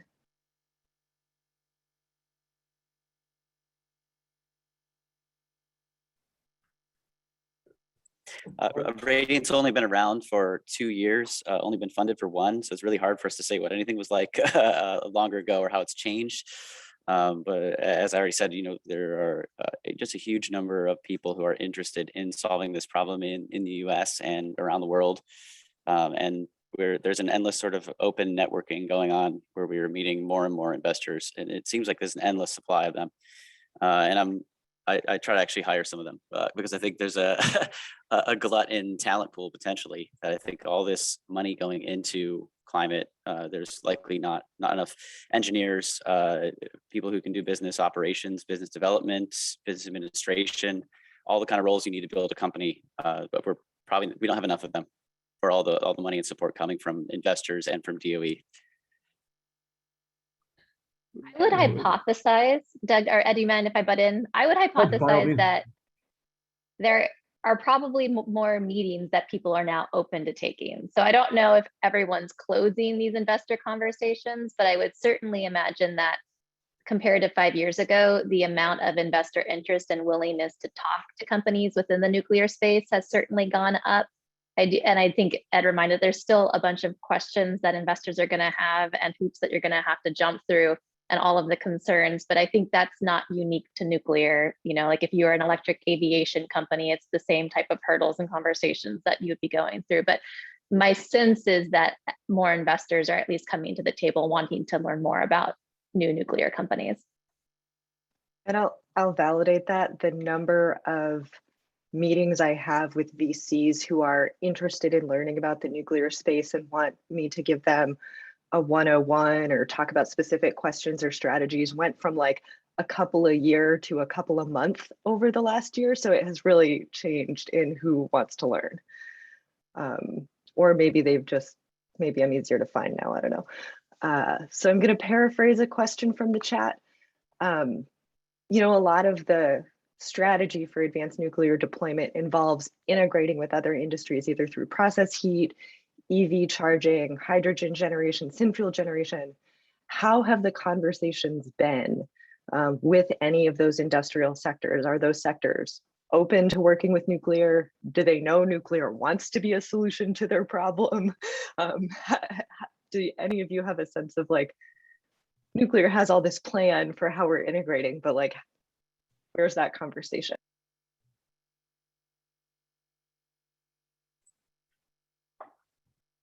I don't think I have good insight here. I would say we're interested in really rapidly getting to prototype, and I think then things will become much more serious. I think maybe nuclear has a problem in that we haven't developed new reactors in a long time, and so there's some trust we need to build there with all those other industries for them to really take it seriously and consider it and work with us on that. Yeah, I'm afraid I have a similar story as well, in the sense that we're really focused on deploying a 30 megawatt non-power test reactor. We're actually going through the process of building a full-scale prototype of that reactor in Albuquerque, New Mexico. We're heads down, very much focused on producing that technology and hitting a very aggressive overnight capital cost. If we believe we can hit that overnight capital cost, and it truly is very aspirational and aggressive, we believe it opens up a lot of opportunities. We're a little bit fortunate in the sense that we're not currently looking for additional investment. So we're fortunate to kind of be heads down and focused on what we need to do right now. It's a hedge. It's really focused on deploying the technology at aggressive costs. But we believe if we can do that, it opens up a lot of optionality. And so we've had a lot of conversations with potential customers. The challenge there is they like to get detailed cost estimates. When I joined EPRI in 2001, the cost of the AP1000 was about $1.20 a watt. That number, of course, is ballooned. I don't know how many tenfold, but it's clearly a challenge in this industry is having good good cost estimation. These are models. Really, what we're focused on is getting utilities to understand our model, how we can get to those cost targets. And that's a slightly different process and a slightly different socialization, but it's really important that we deploy our first demonstration at that aggressive cost target. Rachel, I had a question, maybe you know. Is there a nuclear specific trade organization? There's the Nuclear Energy Institute, which is sort of the nuclear lobbying group, but they mostly have done stuff for traditional industry. There's also the Nuclear Innovation Council, which is a trade group, but similarly more for sort of existing nuclear suppliers. So there is less of something for advanced reactors. There's kind of through the Office of Nuclear Energy's Gateway for Accelerated Innovation in Nuclear, there are like working groups, and those working groups are more doing like common technical challenges or common sort of like what do all the fast reactors need, but that's a little more internal coordination within the community.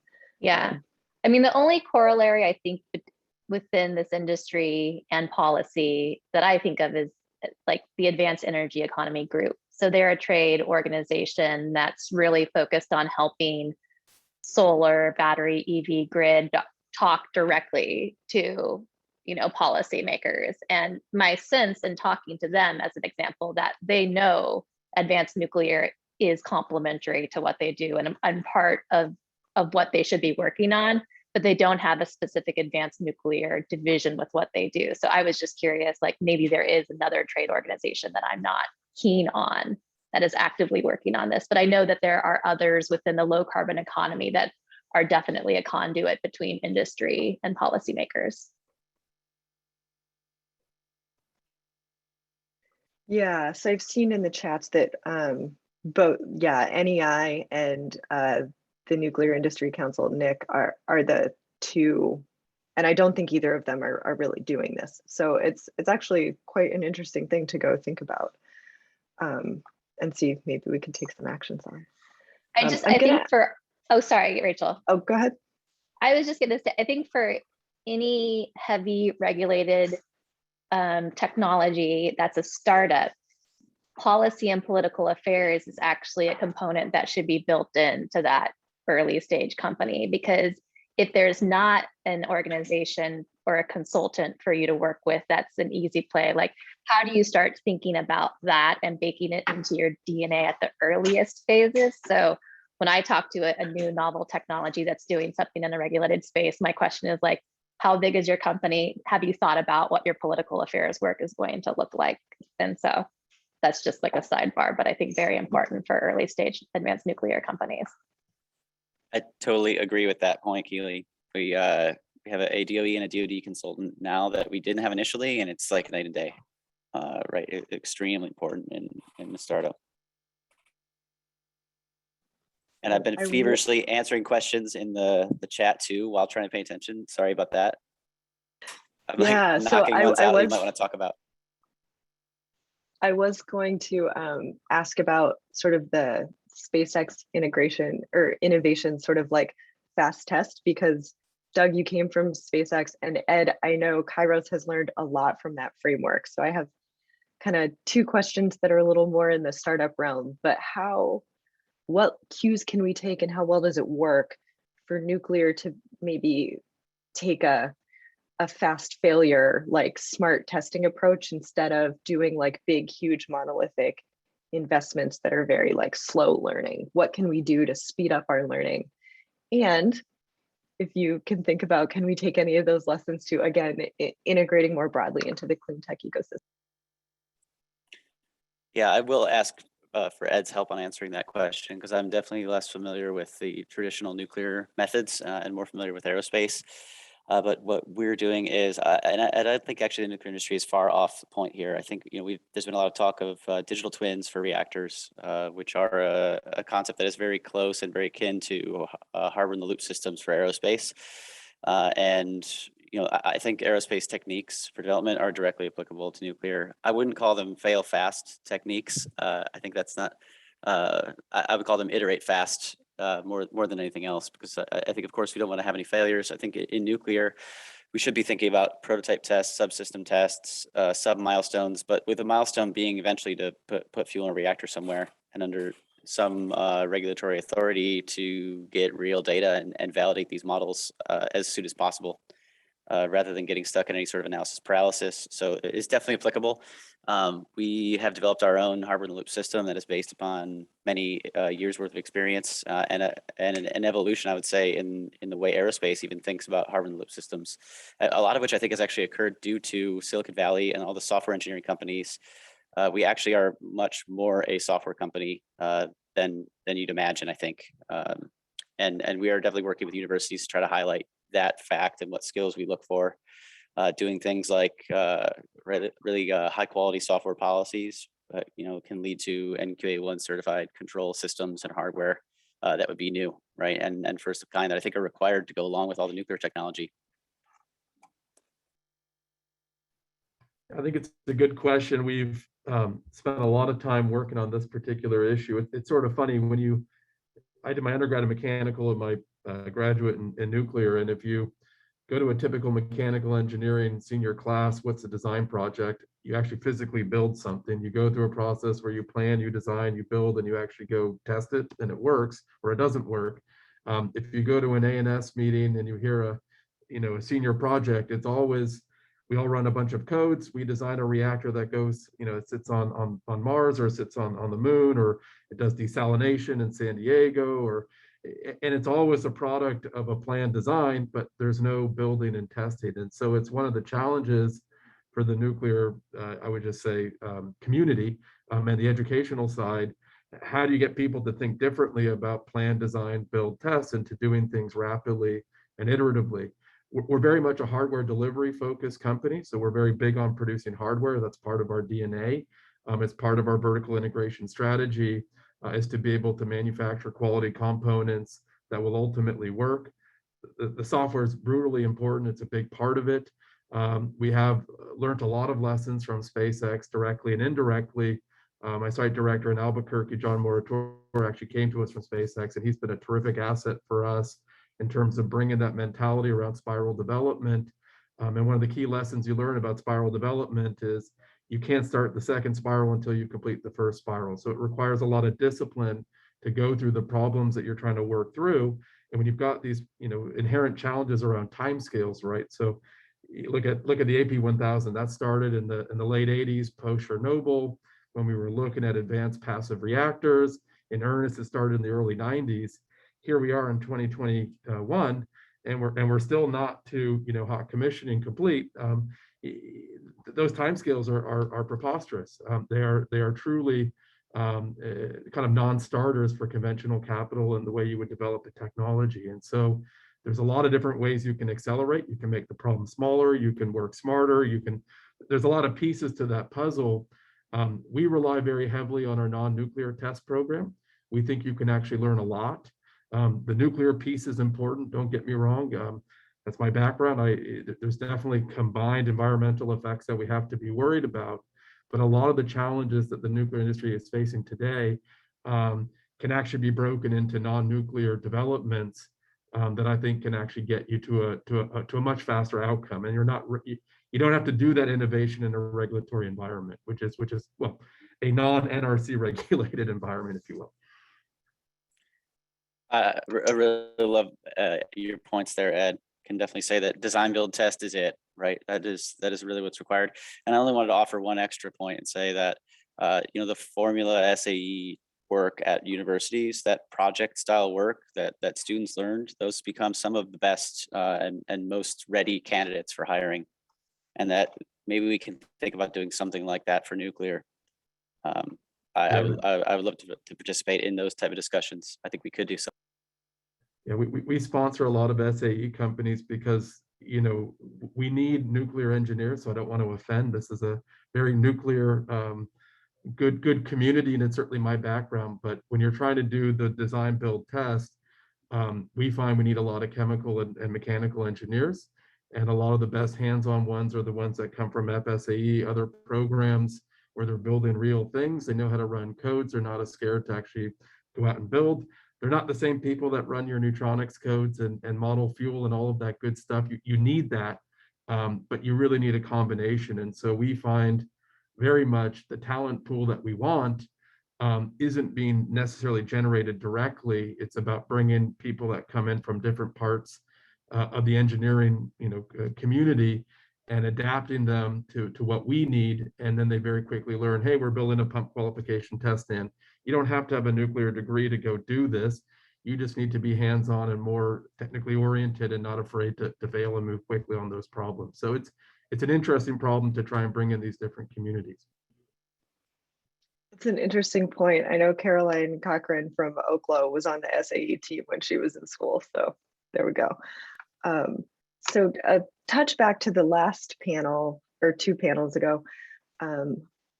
Are the advanced reactor companies incorporating any of these lessons about environmental justice or framework? And Keely, I'm curious, have you seen any of that in discussion from your vantage point? And then Ed and Doug, have you considered this, or is that just like not where you are yet with your company? Unfortunately, I have not seen that in the companies that I've spoken with in the nuclear space. It has not. I mean, when you are a very early stage nuclear startup, it probably feels like a nice to have.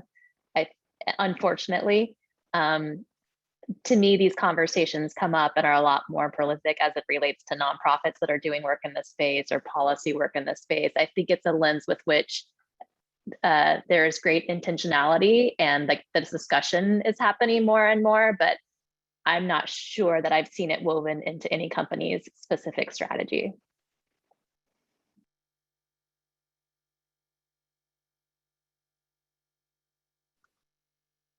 Ed or Doug?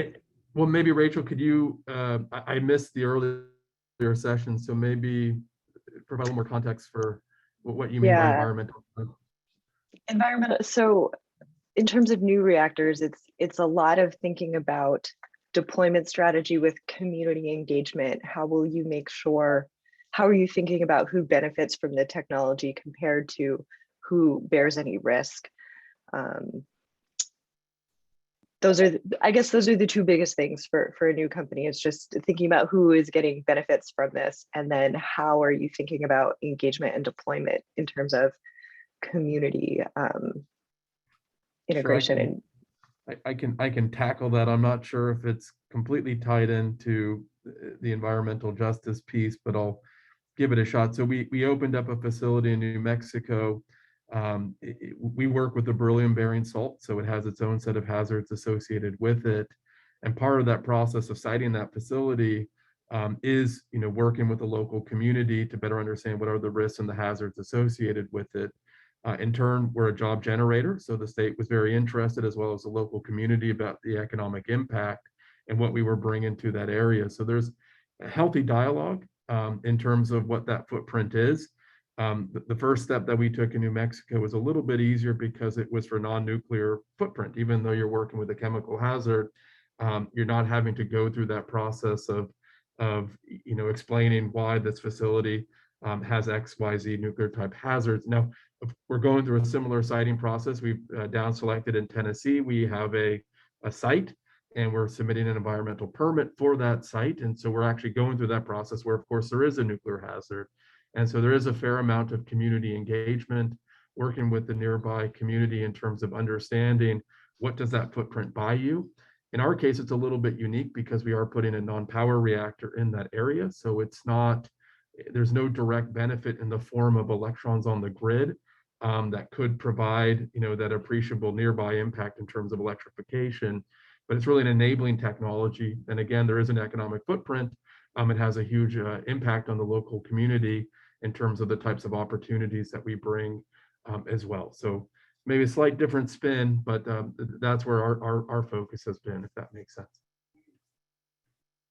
We're always thinking about who a product provides value to as companies. I think everyone starts sort of from that point and then tries to decide if they're going to make a product that's going to suit those individuals. And usually you think about many different markets and you split them up into market segments and then try to understand where's the right place to go first. But in every scenario, you're trying to calculate value to some customer. And often you go into a location where that value is the highest first. And then you eventually scale your product into the other market segments that are not as appealing, where there's not as much value, and so there's not as much money that's able to be spent on those problems. But we are interested in providing this backup system. It's a backup power system that can power a microgrid. This works really well in really remote communities like Alaska, really underserviced communities that really only have diesel power right now, either through gas turbines or internal combustion engines generating power for them. So we really are targeting this tiny little niche where it's not a huge amount of power. We're not targeting grid scale like Kairos's SMRs are. We're targeting something totally different. But of course, it's critically important who's going to benefit from this. And what we directly do is replace diesel backup power. But you can even do things, in the domestic US, like we showed with the vehicle electrification. You could also just use it to create microgrids that reduce the need or reliance on transmission lines, which in California give us these seasonal wildfires, right? And a whole lot of headaches. And it'd be really interesting if nuclear could lead us to a future where we still have reliable power in these locations without causing forest fires unnecessarily. All right, that was exactly at time. I meant to leave you all a moment to say a closing consideration, but we're out of time. So thank you so much for all your input. And if you have a wrap up thought, please feel free to put it into the audience chat, and that's a good way for people to see it. So thank you so much. This was really great, really insightful. I know I learned some things, and I appreciate so much your time. And now I will turn it over to Judy.